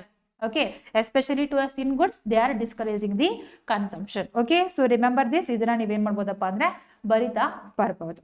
I hope ನಿಮಗೆ first ಕ್ವಶನ್ಗೆ answer ಸಿಕ್ತು ಅಂತ ಅನ್ಕೊಂಡಿದ್ದೀನಿ. And one more question is there related to a recent slab rate. Try to answer to this question. Which of the following are taxed at zero under the new GST reform? First one, life insurance policies. Second one, Indian bread. Third one, cement. Fourth one, tobacco products. Okay, cement ಮೇಲೂ ಕೂಡ ಇಲ್ಲ, tobacco ಪ್ರಾಡಕ್ಟ್ಸ್ಗಳು ಮೇಲೂ ಕೂಡ ಇಲ್ಲ. Insurance, life insurance policies ಮೇಲೆ 0% slab rate ಇರುವಂಥದ್ದು. Okay, so Indian bread, ರೋಟಿ, ಚಪಾತಿ, ಪರಾಟ ಇದ್ರ ಮೇಲೂ ಕೂಡ 0% ಇದೆ. Okay, so these two both are correct here. Next, after that, either basis mele one of the main question is there. Try to answer to this one. The recent GST Council decision to move towards a two-rate tax system marks a significant step in simplifying India's indirect tax structure. Okay. Then this is the statement. Discuss the implication of this move for the consumers, industries and the government revenue. Okay, so you have to tell regarding about the consumers. Consumers ಗಳಿಗೆ ಏನೇನೆಲ್ಲ ಆಗುತ್ತೆ, industries ಗಳಿಗೆ ಏನೇನೆಲ್ಲ ಆಗುತ್ತೆ, ಮತ್ತೆ government ರೆವೆನ್ಯೂಗೆ ಏನೇನಾಗುತ್ತೆ ಅಂತ ಹೇಳಿ you have to write both the positive and a negative thing. Okay, try to write the answer to this question and send to us. ನಾವೇನು ಮಾಡ್ತೀವಪ್ಪ ಅಂದ್ರೆ ನಿಮಗೆ ಕರೆಕ್ಷನ್ ಮಾಡಿ ಹೇಳ್ತೀವಿ. ಓಕೆ, ದೆನ್ ನಮ್ಮ ಕರೆಂಟ್ ಅಫೇರ್ಸ್ನ ಕನ್ನಡ ಹಾಗೂ ಇಂಗ್ಲಿಷ್ 2 ವರ್ಷನೂ ಕೂಡ ನಮ್ಮ ಟೆಲಿಗ್ರಾಮ್ ಚಾನಲಲ್ಲಿ ಅವೈಲಬಲ್ ಇದೆ. ಈ ವಿಡಿಯೋ ಕೆಳಗಡೆ ಡಿಸ್ಕ್ರಿಪ್ಷನಲ್ಲಿ ನಿಮಗೆ ಲಿಂಕ್ ಇದೆ, ಅಲ್ಲಿ ಕ್ಲಿಕ್ ಮಾಡಿ you will direct to a Telegram channel. There you can download this PDF and you can study. Okay, and second one, the editorial. The recent maritime reforms need a course correction. ಇಂಡಿಯಾದಲ್ಲಿ recent ಆಗಿ Indian port bill 2025 pass ಆಗಿದೆ. ಇದ್ರ ಬಗ್ಗೆ ಎಷ್ಟು ಜನಕ್ಕೆ ಗೊತ್ತು ಅಂತ ನೋಡ್ತಾ ಬರೋಣ. ಕ್ವಶನ್ ಇದೆ ರಿಲೇಟೆಡ್, ಆನ್ಸರ್ ಮಾಡಿ. That is the Indian port bill 2025 primarily seek to privatize the all major ports. Option B, replace the Indian Ports Act 1908, transfer port regulation to states, and a fourth one, introduce GST on shipping. Okay, so it is related to what? It replaces the mainly the Indian Ports Act of 1980 is the right answer. Okay, then ಈ bill ಏನು ನಾವು maritime ಬಿಲ್ನ ನೋಡ್ತಾ ಇದೀವಿ ಅಥವಾ Indian port bill ಏನು ನೋಡ್ತಾ ಇದೀವಿ, ಇದು ಎರಡೂ ಕೂಡ ಲೋಕಸಭಾ ರಾಜ್ಯಸಭಾ ಎರಡರಲ್ಲೂ ಪಾಸ್ ಆಗಿ ಪ್ರೆಸಿಡೆಂಟ್ ಅಸೆಂಟು ಕೂಡ ಸಿಕ್ಕಿದೆ. But there are certain flaws are there. What are all the flaws in this bill ಅನ್ನೋದನ್ನ ಇವತ್ತಿನ ಎಡಿಟೋರಿಯಲ್ ಡಿಸ್ಕಷನ್ ಮಾಡಿದ್ದಾರೆ. It is very very important for your both prelims and mains perspective. Prelims ಅಲ್ಲಿ ಬಂದಾಗ what is this bill, ಏನೇನೆಲ್ಲ changes ಆಗಿದೆ ಅನ್ನೋದನ್ನ ನಿಮ್ಮ ಎಕ್ಸಾಮ್ಸ್ಗಳಲ್ಲಿ ಕೇಳ್ತಾರೆ. So you and I usually tell every time prelims, that means the MCQ related questions ಗಳು ನಿಮ್ಮ ಯಾವ್ಯಾವ ಎಕ್ಸಾಮ್ಸ್ ಅಲ್ಲಿ ಬರುತ್ತೋ ಆ ಎಲ್ಲ ಎಕ್ಸಾಮ್ಸ್ಗೂ ಕೂಡ ಇದು ಇಂಪಾರ್ಟೆಂಟ್ ಆಗಿರುತ್ತೆ. ಅಂಡ್ ಆ ಮೇನ್ಸ್ ಅಲ್ಲಿ ಬಂದಾಗ ಅಲ್ಲಿ ಪಾಸಿಟಿವ್ಸ್ ನೆಗೆಟಿವ್ಸ್ ಅಲ್ಲಿ ನಿಮಗೆ ಕ್ರಿಟಿಸೈಸ್ ಮಾಡಿ ಡಿಸ್ಕಷನ್ ಮಾಡಿ ಅಥವಾ ಎಕ್ಸಾಮಿನ್ ಮಾಡಿ ಈ ತರ ಕ್ವಶನ್ಸ್ ಗಳ ಬರೋದ್ರಿಂದ you should know about the negatives also. Okay, then challenges, then you should know the way forward and measures also. ಅದೆಷ್ಟನ್ನು ಕೂಡ ನಾವೇನು ಮಾಡ್ತಾ ಇದೀವಿ, ಕವರ್ ಮಾಡ್ತಾ ಇದೀವಿ. ಆ್ಯಂಡ್ ಇವತ್ತಿನ ನೀವು ಪೇಪರ್ನ ನೋಡಿದ್ರೆ one more editorial is related to a judiciary in our India. Okay, already ನಾವು ಜುಡಿಷಿಯರಿ ಬಗ್ಗೆ ಸಿಕ್ಕಾಪಟ್ಟೆ ಮಾತಾಡಿದ್ದೀವಿ. Again the issues related to the recent supreme court judges appointment ಬಗ್ಗೆನೇ ಇದೆ. ಅದು ಬೇಡ, ನೀವು ಅದನ್ನು ಸ್ಕಿಪ್ ಮಾಡಿ ಇದೊಂದು ಎಡಿಟೋರಿಯಲ್ ನೀವು ಓದ್ಕೊಂಡ್ರೆ ಸಾಕು. Okay, then this Indian port bill 2025 ಏನಿದೆಯೋ it replaces the Indian port act 1908. Then ಈ ಬಿಲ್ಲಲ್ಲಿ ಬಂದಾಗ ಏನೇನೆಲ್ಲ ಕವರ್ ಆಗಿತ್ತಪ್ಪ ಅಂತ ಬಂದರೆ coastal shipping act 2025, then a carriage of goods by sea bill 2025, merchant shipping act 2025 ಇದಿಷ್ಟು ಕೂಡ ಕವರ್ ಆಗಿತ್ತು. Okay, next what is the main aim of this bill ಅಂತ ಬಂದಾಗ to modernize the maritime governance and align with the global practices, boost trade and investment is the main aim of this bill. Then ನಾವು compare ಮಾಡಿ ನೋಡೋಣ ಹಳೇ ಸ್ಕೀಮಲ್ಲಿ ಏನಿದೆ and ಹೊಸ ಸ್ಕೀಮಲ್ಲಿ ಏನೇನೆಲ್ಲ ಇದೆ ಅಂತ ಹೇಳಿ. The first objective of the old scheme is that, or old act is that, regulate the ports under colonial framework, outdated provision, just to regulate the ports. That is the older one. That is 1908. 1908 ಅಲ್ಲಿ ಇನ್ನ ನಮ್ಮ British ಅವರು ನಮ್ಮ ಇಂಡಿಯಾನೇ ಬಿಟ್ಟು ಹೋಗಿರ್ಲಿಲ್ಲ. So we have all the colonial framework were there. A new one, okay, new one. So ಇದು ಇವಾಗ act ಕೂಡ ಆಗಿದೆ ಇದರಲ್ಲಿ. So the main aim or objective is to modernize the maritime governance to align with the global standards. So that's the first point. And the second one, regulatory approach. ಹಳೆಯದ್ರಲ್ಲಿ ಏನಿತ್ತಪ್ಪ ಅಂದ್ರೆ it is very very fragmented and a multiple authorities overlapping rules, both the center and the state. ಸ್ಟೇಟ್ಗಳಲ್ಲೂ ಬಂದಾಗ various authorities ಬರ್ದೆ, then ಇಲ್ಲಿ ಕೋಆರ್ಡಿನೇಷನ್ಗಳು ಇರ್ತಿರ್ಲಿಲ್ಲ, ಒಬ್ಬೊಬ್ರು ಒಂದೊಂದನ್ನ ಹೇಳ್ತಾ ಇದ್ರು ಮಾಡಬೇಕು ಅಂತ ಹೇಳಿ ಕರೆಕ್ಟಾಗಿ ಅಲ್ಲಿ ಏನು ಕೂಡ ವರ್ಕ್ ಆಗ್ತಿರ್ಲಿಲ್ಲ. ನಮ್ಮ ಕೋರ್ಟ್ ಎಲ್ಲವೂ ಕೂಡ ಕರೆಕ್ಟಾಗಿ ನೀಟಾಗಿ ವರ್ಕ್ ಆಗ್ತಾ ಇರಲಿಲ್ಲ. And now they seek the comprehensive regulation but centralized in the union government. Okay, then why they are saying it is a centralized one anta bandaga, that is because they developed Maritime Development Council. So this Maritime Development Council is chaired by the Union Shipping Minister, which overrides the state power. State ಅಲ್ಲಿ ಬಂದಾಗ we have to maintain this state of whatever the state federalism ಅಥವಾ coordination is there, we have to maintain. ಇಲ್ಲಿ ಏನಾಗಲ್ಲಪ್ಪ ಅಂತಂದ್ರೆ centralised authority ಇರೋದ್ರಿಂದ ಸ್ಟೇಟ್ಗಳಿಗೆ ಇಲ್ಲಿ ಏನು ಕೂಡ ಏನು ಸಿಗಲ್ಲಪ್ಪ ಅಂತಂದ್ರೆ ಅವಕಾಶ ಸಿಗಲ್ಲ. So that's the major drawback in this bill. So that is what the even author is saying in this editorial. Okay, then central state relation ಬಂದಾಗ as we said that ಮುಂಚೆ ಹಳೆ ಬಿಲ್ ಅಲ್ಲಿ ಸ್ಟೇಟ್ಸ್ ಗಳಿಗೆ autonomy ಇತ್ತು, ಇವಾಗ ಏನಾಗಿದೆಪ್ಪ ಅಂದ್ರೆ autonomy reduce ಆಗಿರುವಂತದ್ದು. And dispute resolution old bill act ಅಲ್ಲಿ ಬಂದಾಗ it is a limited mechanism and hard work settlement. ಏನಾದ್ರೂ ಇಶ್ಯೂಸ್ಗಳಾದ್ರೆ ಪೋರ್ಟ್ ಅಲ್ಲಿ ಏನ್ ಮಾಡ್ತಿರಪ್ಪ ಅಂದ್ರೆ ಟೆಂಪರರಿ ಪೀರಿಯಡ್ ಗಾಗಿ ಏನ್ ಮಾಡ್ತಿದ್ರು, ಅಪಾಯಿಂಟ್ಮೆಂಟ್ಸ್ಗಳನ್ನ ಮಾಡಿ ಟ್ರಿಬ್ಯುನಲ್ಸ್ ಗಳನ್ನ ಅಪಾಯಿಂಟ್ಮೆಂಟ್ ಮಾಡಿ ಅಲ್ಲಿ ಸೊಲ್ಯೂಷನ್ ತಗೊಳಕ್ಕೆ ನೋಡ್ತಾ ಇದ್ರು. It's not a permanent one. Now, so whatever the disputes are there related to a ports or a maritime, ಅದನ್ನ ಎಲ್ಲಿ ನಾವು ಹೋಗಿ ಸಾಲ್ವ್ ಮಾಡ್ಕೋಬಹುದಪ್ಪ ಅಂತಂದ್ರೆ ಸಿವಿಲ್ ಕೋರ್ಟ್ಸ್ ಗಳಲ್ಲಿ ಹೋಗಿ ಸಾಲ್ವ್ ಮಾಡ್ಕೋಬಹುದು. Yeah it has a advantage ಏನಪ್ಪಾ ಅಂತಂದ್ರೆ ಅವ್ರಿಗೆ ಏನ್ ಸಿಗುತ್ತೆ, ಜಸ್ಟಿಸ್ ಸಿಗುತ್ತೆ, ರೆಗ್ಯುಲರ್ ಅಂಡ್ ಕಂಟಿನ್ಯೂಸ್ ಜಸ್ಟಿಸ್ ಸಿಗುತ್ತೆ. ಬಟ್ ನಮ್ಮ ಆಲ್ರೆಡಿ ಇರುವಂತಹ ಜುಡಿಷರಿ ಮೇಲೆ ಇನ್ನ ಜಾಸ್ತಿ ಬರ್ಡನ್ ಆಗತ್ತಾ? Yes. So that's the negative of the new bill. Next after that ownership norms ಗಳಲ್ಲಿ ಬಂದಾಗ ಆ ಓಲ್ಡ್ ಆಕ್ಟ್ ಅಲ್ಲಿ ಬಂದಾಗ it's a old liability and registration rules not in a sync with modern shipping finance. ಎಲ್ಲವೂ ಕೂಡ ಇತ್ತು, ಎಲ್ಲರೂ ಕೂಡ ರಿಜಿಸ್ಟ್ರೇಷನ್ ಮಾಡ್ಬೋದಿತ್ತು, ಎಲ್ಲವೂ ಕೂಡ ಪೋರ್ಟ್ಸ್ಗಳನ್ನ ಓನ್ ಮಾಡ್ಬೋದಿತ್ತು, ಶಿಪ್ಗಳನ್ನ ಓನ್ ಮಾಡ್ಬೋದಿತ್ತು. But it is not align with a modern one. And ಇವಾಗಲ್ಲಿ ಬಂದಾಗ so because to have the ownership norm, ಯಾವ ಬಿಲ್ ನ ಪಾಸ್ ಮಾಡಿದ್ದಾರೆ ಅಥವಾ ಯಾವ ಆಕ್ಟ್ ನ ಪಾಸ್ ಮಾಡಿದ್ದಾರೆ, that is the merchant shipping act of 2025 ನ ಪಾಸ್ ಮಾಡಿರುವಂತದ್ದು.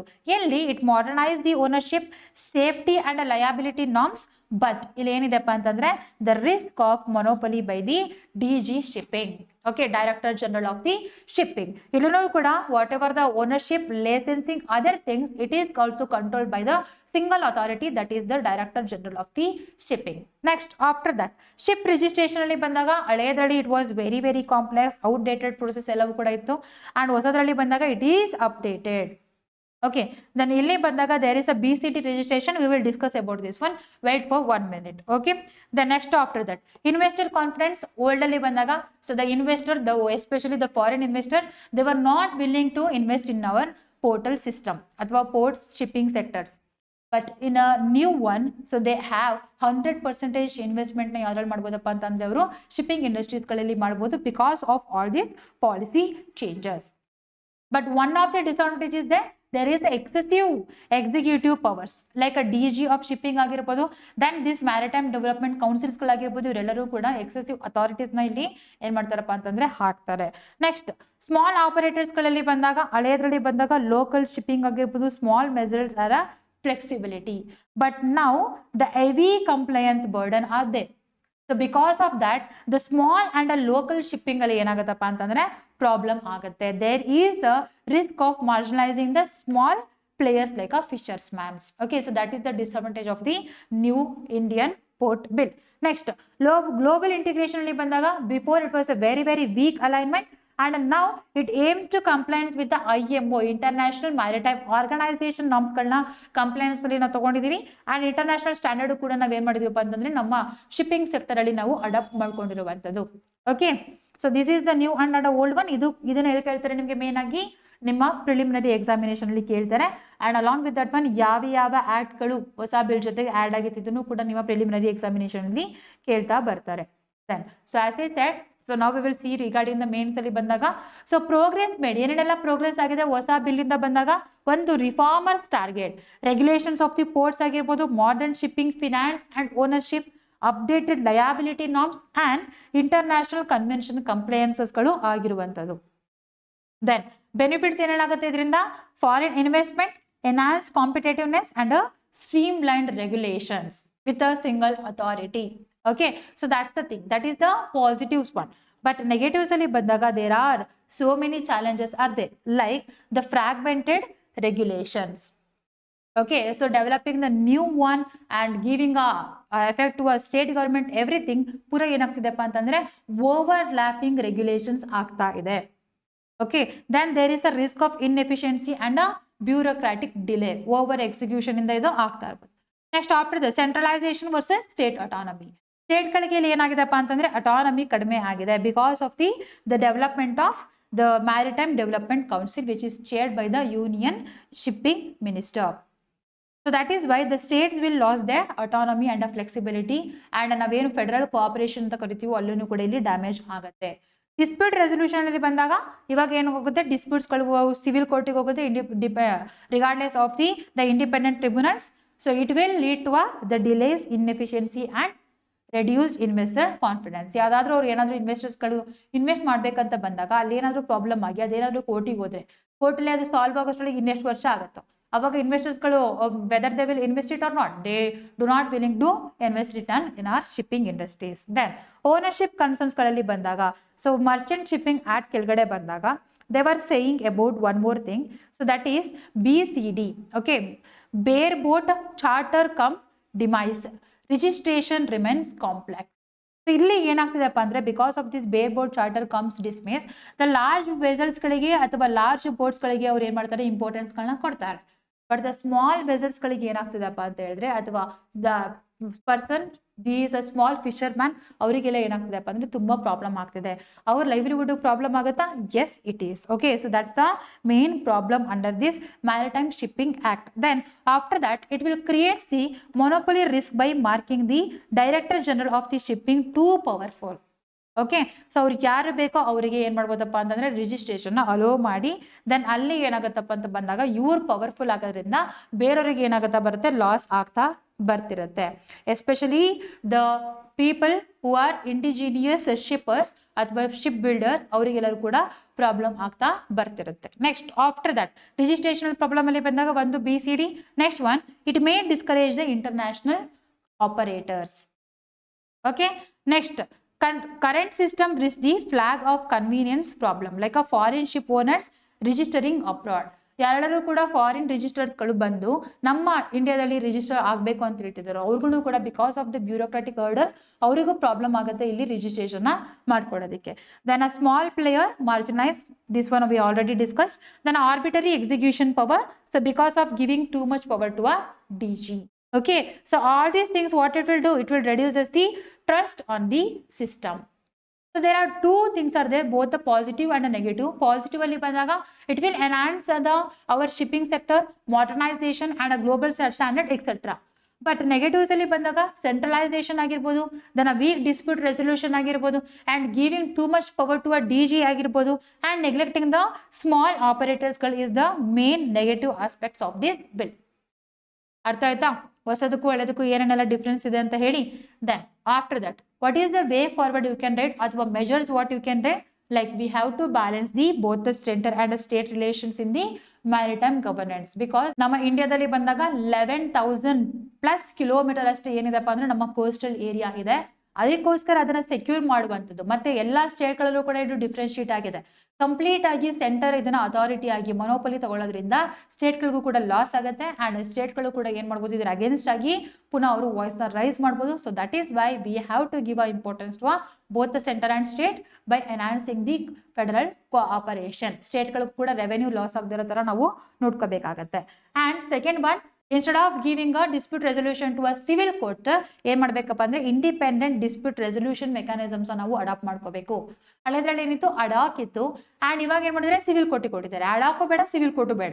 What we need a permanent dispute resolution tribunal. Okay, so that's the second measure you can write. And a third one, simplify the registration and licensing especially for the small vessels.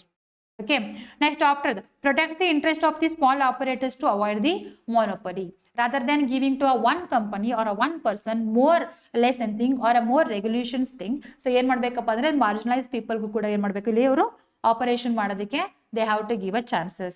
And DG ಗೆ ಏನ್ ಕೊಡ್ತಾರೆ, over power ನ. Okay, whether you are giving a over power, too much power, that is okay, but they have to act transparently. They have to, whatever the decision they are taking, ಅದೆಲ್ಲನೂ ಕೂಡ ಅವ್ರು ಏನ್ ಮಾಡಬೇಕು, publicise ಮಾಡಬೇಕು. So that from that what we can do, we can enhance the transparency. From that the people trust ಕೂಡ ಏನಾಗುತ್ತಪ್ಪ ಅಂದ್ರೆ ಜಾಸ್ತಿ ಆಗ್ತಾ ಬರುತ್ತೆ, ಮತ್ತೆ ನಮ್ಮ ಮ್ಯಾರಿಟೈಮ್ ಸೆಕ್ಯೂರಿಟಿನೂ ಕೂಡ ಚೆನ್ನಾಗಿರುತ್ತೆ, and it will work one of the best organizations in the globe. Okay, so that's all you have to write this. And ನಿಮ್ಮ prelims point of view ಗೆ what and all you should know about Indian Ports Bill. Okay, Indian Ports Act 2025, it replaces the Indian Ports Act of 1908 and Merchant Shipping Act ಗಳಲ್ಲಿ ಬಂದಾಗ main aim ಏನಿದೆ, modernize the ship registration and ownership and the safety. And you should know about this BCD. What is this BCD? Bareboat Charter Cum Demise. So this is one, it will be used for the registrations of the shipping and boats in our India. So you should know these 3 points for your prelims perspective.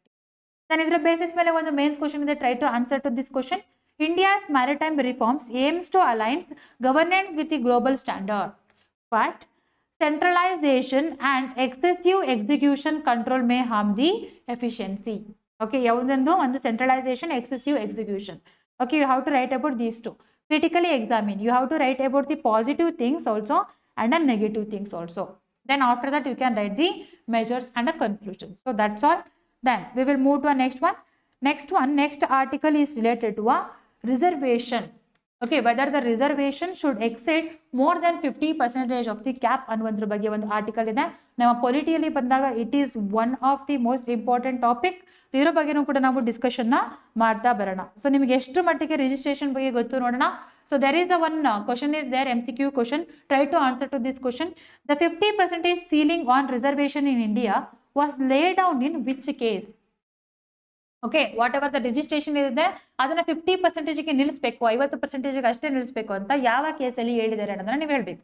Option A Keshavananda Bharati versus state of Kerala. Option B Indira Sawhney versus union of India. Option C M Nagaraj versus union of India. Option D Janhit Abhiyan versus union of India. ಯಾವ cases ಅಲ್ಲಿ ceiling 50% ಹೇಳಿದ್ರು ಅನ್ನೋದನ್ನ ನಿಮ್ಮ ಆನ್ಸರ್ನ comment ಮಾಡಿ ತಿಳಿಸಿ. ನಾವು ನಮ್ಮ ಇಂಡಿಯಾದಲ್ಲಿ ಬಂದಾಗ ನಾವು ರಿಸರ್ವೇಶನ್ ನೋಡ್ತೀವ? ಎಸ್. ಎಲ್ಲಿ ನೋಡ್ತೀವಿ? Under the right to equality ಕೆಳಗಡೆ ನೋಡ್ತೀವಿ. Especially article 15 and 16 they will deal with the reservation. 15 ಅಲ್ಲಿ ಬಂದಾಗ they will give a reservation in the educational institution. Whereas in article 16 ಅಲ್ಲಿ ಬಂದಾಗ ಎಂಪ್ಲಾಯ್ಮೆಂಟ್ ಅಲ್ಲಿ, ಪಬ್ಲಿಕ್ ಎಂಪ್ಲಾಯ್ಮೆಂಟ್ ಅಲ್ಲಿ ನಾವೇನ್ ನೋಡ್ತೀವಪ್ಪ ಅಂದ್ರೆ ಅಲ್ಲಿ ರಿಸರ್ವೇಶನ್ ಕೊಡ್ತಾ ಬರ್ತಿರೋದನ್ನ ನೋಡ್ತಾ ಬರ್ತೀವಿ. ಆರ್ಟಿಕಲ್ 15 ಅಲ್ಲಿ ಹೇಳ್ಬೇಕಾದ್ರೆ ಎಕ್ಸ್ಕ್ಲೂಸಿವ್ ಆಗಿ article 15 clause 4 and article 15 clause 5. So it will deal with the backward classes reservation and the SC/ST reservation. And article 16 ಅಲ್ಲಿ ಬಂದಾಗ article 16 clause 4 and article 16 clause 4A and article 16 clause 4B. They will deal with the public employment reservation for a backward classes, that is SC/ST, OBC and EWS. ಇದು ಮೂರನ್ನು ಕೂಡ ನಾವಿಲ್ಲಿ ನೋಡ್ತಾ ಬರ್ತೀವಿ. You should know the sub class also. Then ಈ equality provision ಬಂದಾಗ ಅಥವಾ ನಾವು ಈಕ್ವಾಲಿಟಿನ ನೋಡ್ತಾ ಬಂದಾಗ ಅಲ್ಲಿ ನಾವು ಎರಡು ತರ ಪ್ರಾವಿಷನ್ಸ್ಗಳನ್ನ ನೋಡ್ತೀವಿ. ಒಂದು the formal equality, another one is the substantive equality. Formal equality ಅಂದ್ರೆ ಏನಪ್ಪಾ ಅಂತಂದ್ರೆ that is equal treatment. Okay, everyone, whether you are a rich, whether you are a poor, whether you are a male or a female, whatever the caste, everyone are equal ಅಂತ ನಾವೇನು ಹೇಳ್ತೀವೋ that is the formal equality. And whereas the substantive equality ಅಂತ ಬಂದಾಗ ಇಲ್ಲಿ ನಾವೇನ್ ಮಾಡ್ತೀವಿ, to ಅಪೇಲ್ the social justice the government will do some affirmative actions. ನಾವು ಅದನ್ನ ಏನಂತ ಕರಿತೀವಪ್ಪ ಅಂದ್ರೆ ಸಬ್ಸ್ಟಾನ್ಸಿವ್ ಈಕ್ವಾಲಿಟಿ ಅಂತ ಕರಿತೀವಿ. Like giving a reservation. Okay, giving reservation to the vulnerable section like women ಅಥವಾ ಫಿಸಿಕಲಿ ಡಿಸೇಬಲ್ ಪೀಪಲ್. ದೆನ್ ಅದ್ರ ಜೊತೆಗೆ the economical and educationally socially vulnerable sections like SC/ST, OBC, EWS ಇದೆಲ್ಲವೂ ಕೂಡ ಏನು, that is the positive affirmation. ನಾವಿದ್ರೆ ಏನಂತ ಕರಿತೀವಿ, substantive equality ಅಂತ ಕರಿತೀವಿ. So remember the terms also ನಿಮ್ಮ ಪ್ರಿಲಿಮ್ಸ್ಗೆ ಬರಬಹುದು. ದೆನ್ ಇವಾಗಿನ ನಾವು ರಿಸರ್ವೇಶನ್ ನೋಡೋದಿದ್ರೆ ನಮ್ಮ ಇಂಡಿಯಾದಲ್ಲಿ ಎರಡನ್ನೂ ಕೂಡ ಸೆಂಟ್ರಲ್ ಗವರ್ಮೆಂಟ್ ಅಲ್ಲಿ ನೋಡೋದಿದ್ರೆ ದಟ್ ಈಸ್ SC ಗಳಿಗೆ ಎಷ್ಟು ರಿಸರ್ವೇಶನ್ ಇದೆ, 15%. ST ಕ್ಯಾಟಗರಿ ಶೆಡ್ಯೂಲ್ಡ್ ಟ್ರೈಬ್ಗೆ ಎಷ್ಟಿದಪ್ಪ ಅಂತಂದ್ರೆ 7.5%. OBCಗೆ ಬಂದಾಗ 27% of the reservation is they. Total ಆಗಿ ಎಷ್ಟಿತ್ತು, 49.5% at the central level. Then ಅದಾದ್ಮೇಲೆ ಏನ್ ಮಾಡಿದ್ರಪ್ಪ ಅಂತ ಹೇಳಿದಾಗ 103rd ಕಾನ್ಸ್ಟಿಟ್ಯೂಷನ್ ಅಮೆಂಡ್ಮೆಂಟ್ ಪ್ರಕಾರ ಆ ಎಕ್ಸ್ಟ್ರಾ 10% ರಿಸರ್ವೇಶನ್ ಕೂಡ ಆಡ್ ಆಯ್ತು. ಯಾರಿಗೆ, ಎಕನಾಮಿಕಲಿ ವೀಕರ್ ಸೆಕ್ಷನ್ಗೆ. ಇವಾಗ ನಾವು ಟೋಟಲ್ ರಿಸರ್ವೇಶನ್ ನೋಡೋದಿದ್ರೆ ಸೆಂಟ್ರಲ್ ಗವರ್ಮೆಂಟ್ ಅಲ್ಲಿ ಎಷ್ಟಿದೆ ಅಂತ ಬಂದಾಗ that is 59.5% reservation is there. It is exceeding the ceiling percentage of the reservation thing. Okay, then ಇಲ್ಲಿ ನಾವು ನೋಡ್ತಾ ಬಂದು 1950 ನಮ್ಮ ಕಾನ್ಸ್ಟಿಟ್ಯೂಷನ್ ಇಂಟ್ರೊಡ್ಯೂಸ್ ಆಯಿತು. ಅವಾಗ article number 15 class 4 and 16 clause 4 ಕೆಳಗಡೆ ಏನ್ ಮಾಡಿದ್ರಪ್ಪ ಅಂತ ಹೇಳಿದ್ರೆ SC ಅಂಡ್ ST ಗಳಿಗೆ ರಿಸರ್ವೇಶನ್ ನ ಆಡ್ ಮಾಡಿದ್ರು, both in education institution and the public employment ಕೆಳಗಡೆ. ದೆನ್ ಆಫ್ಟರ್ ದಟ್ ನಾವೇನ್ ನೋಡ್ತೀವಪ್ಪ ಅಂದ್ರೆ 1951 ಅಲ್ಲಿ ಫಸ್ಟ್ ಕಾನ್ಸ್ಟಿಟ್ಯೂಷನ್ ಅಮೆಂಡ್ಮೆಂಟ್ ಆಯಿತು. ಅಲ್ಲಿ few states like Tamil Nadu and all, they got extra reservation. Okay, 50% ಗಿಂತ extra 69% of the reservation was there with the Tamil Nadu government. Then ಆ related ಏನು ನೋಡಿವಪ್ಪ ಅಂದ್ರೆ ನಾವು ಒಂದು ಕೇಸ್ನ ನೋಡ್ತೀವಿ, ದಟ್ ಈಸ್ ಇನ್ 1951 ಅಲ್ಲಿ state of the Madras versus Champakam Dorairajan case 1951.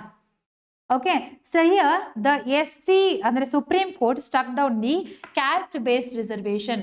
Caste basis ಮೇಲೆ ನೀವು ಏನ್ ಮಾಡೋಕ್ಕಾಗಲ್ಲ, ರಿಸರ್ವೇಶನ್ ಕೊಡಕ್ಕಾಗಲ್ಲ ಅಂತ ಹೇಳಿ ಸುಪ್ರೀಂ ಕೋರ್ಟ್ ಹೇಳಿತು. ಯಾರ ಕೇಸಲ್ಲಿ? Champakam Dorairajan case versus state of Madras 1951 case. Remember this is also very very important.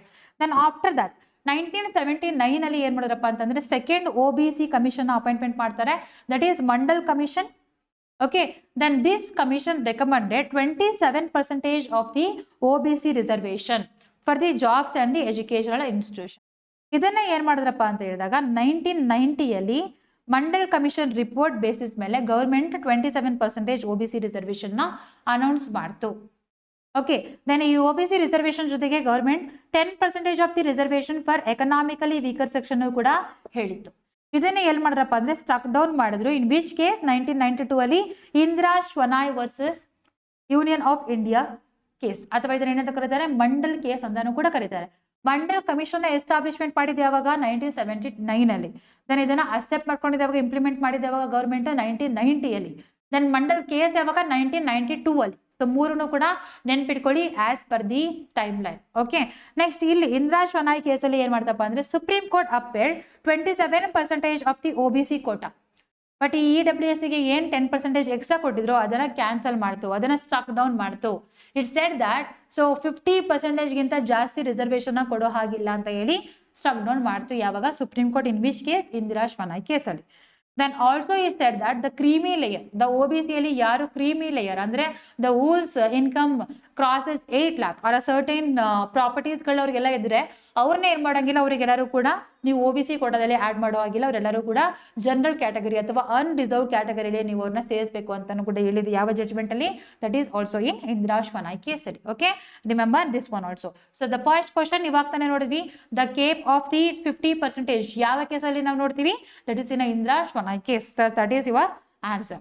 Then after that 1995 ಅಲ್ಲಿ ಗವರ್ಮೆಂಟ್ ಏನ್ ಮಾಡುತ್ತಪ್ಪ ಅಂತಂದ್ರೆ 77th ಕಾನ್ಸ್ಟಿಟ್ಯೂಷನ್ ಅಮೆಂಡ್ಮೆಂಟ್ ಆಕ್ಟ್ ಪ್ರಕಾರ ಸೊ ಆರ್ಟಿಕಲ್ ನಂಬರ್ 16 ಕ್ಲಾಸ್ 4 ಏನ ಇಂಟ್ರೊಡ್ಯೂಸ್ ಮಾಡುತ್ತೆ, where it will give the reservation for SC and ST people for the promotion. Promotion ಅಲ್ಲಿ ಆಗಬೇಕಾದ್ರೂ ಕೂಡ ಜಾಬ್ ಕೊಟ್ಟರು, ನಾನು ಇವಾಗ ಜಾಬ್ ಆದ್ಮೇಲೆ ಪ್ರಮೋಷನ್ ಅಲ್ಲಿ ಕೂಡ ಏನ್ ಮಾಡಬೇಕು? ರಿಸರ್ವೇಶನ್ ಕೊಡಬೇಕು ಅಂತ ಹೇಳಿ 77th ಕಾನ್ಸ್ಟಿಟ್ಯೂಷನ್ ಅಮೆಂಡ್ಮೆಂಟ್ ಪ್ರಕಾರ ಆಡ್ ಮಾಡ್ಕೊಂಡ್ರು. Okay, and also it clarified that 50% ceiling is not inviolable ಅಂತ ಯಾವ ಕಾನ್ಸ್ಟಿಟ್ಯೂಷನ್ ಆಕ್ಟ್ ಅಲ್ಲಿ ಇರೋದು? 77th ಅಲ್ಲಿ.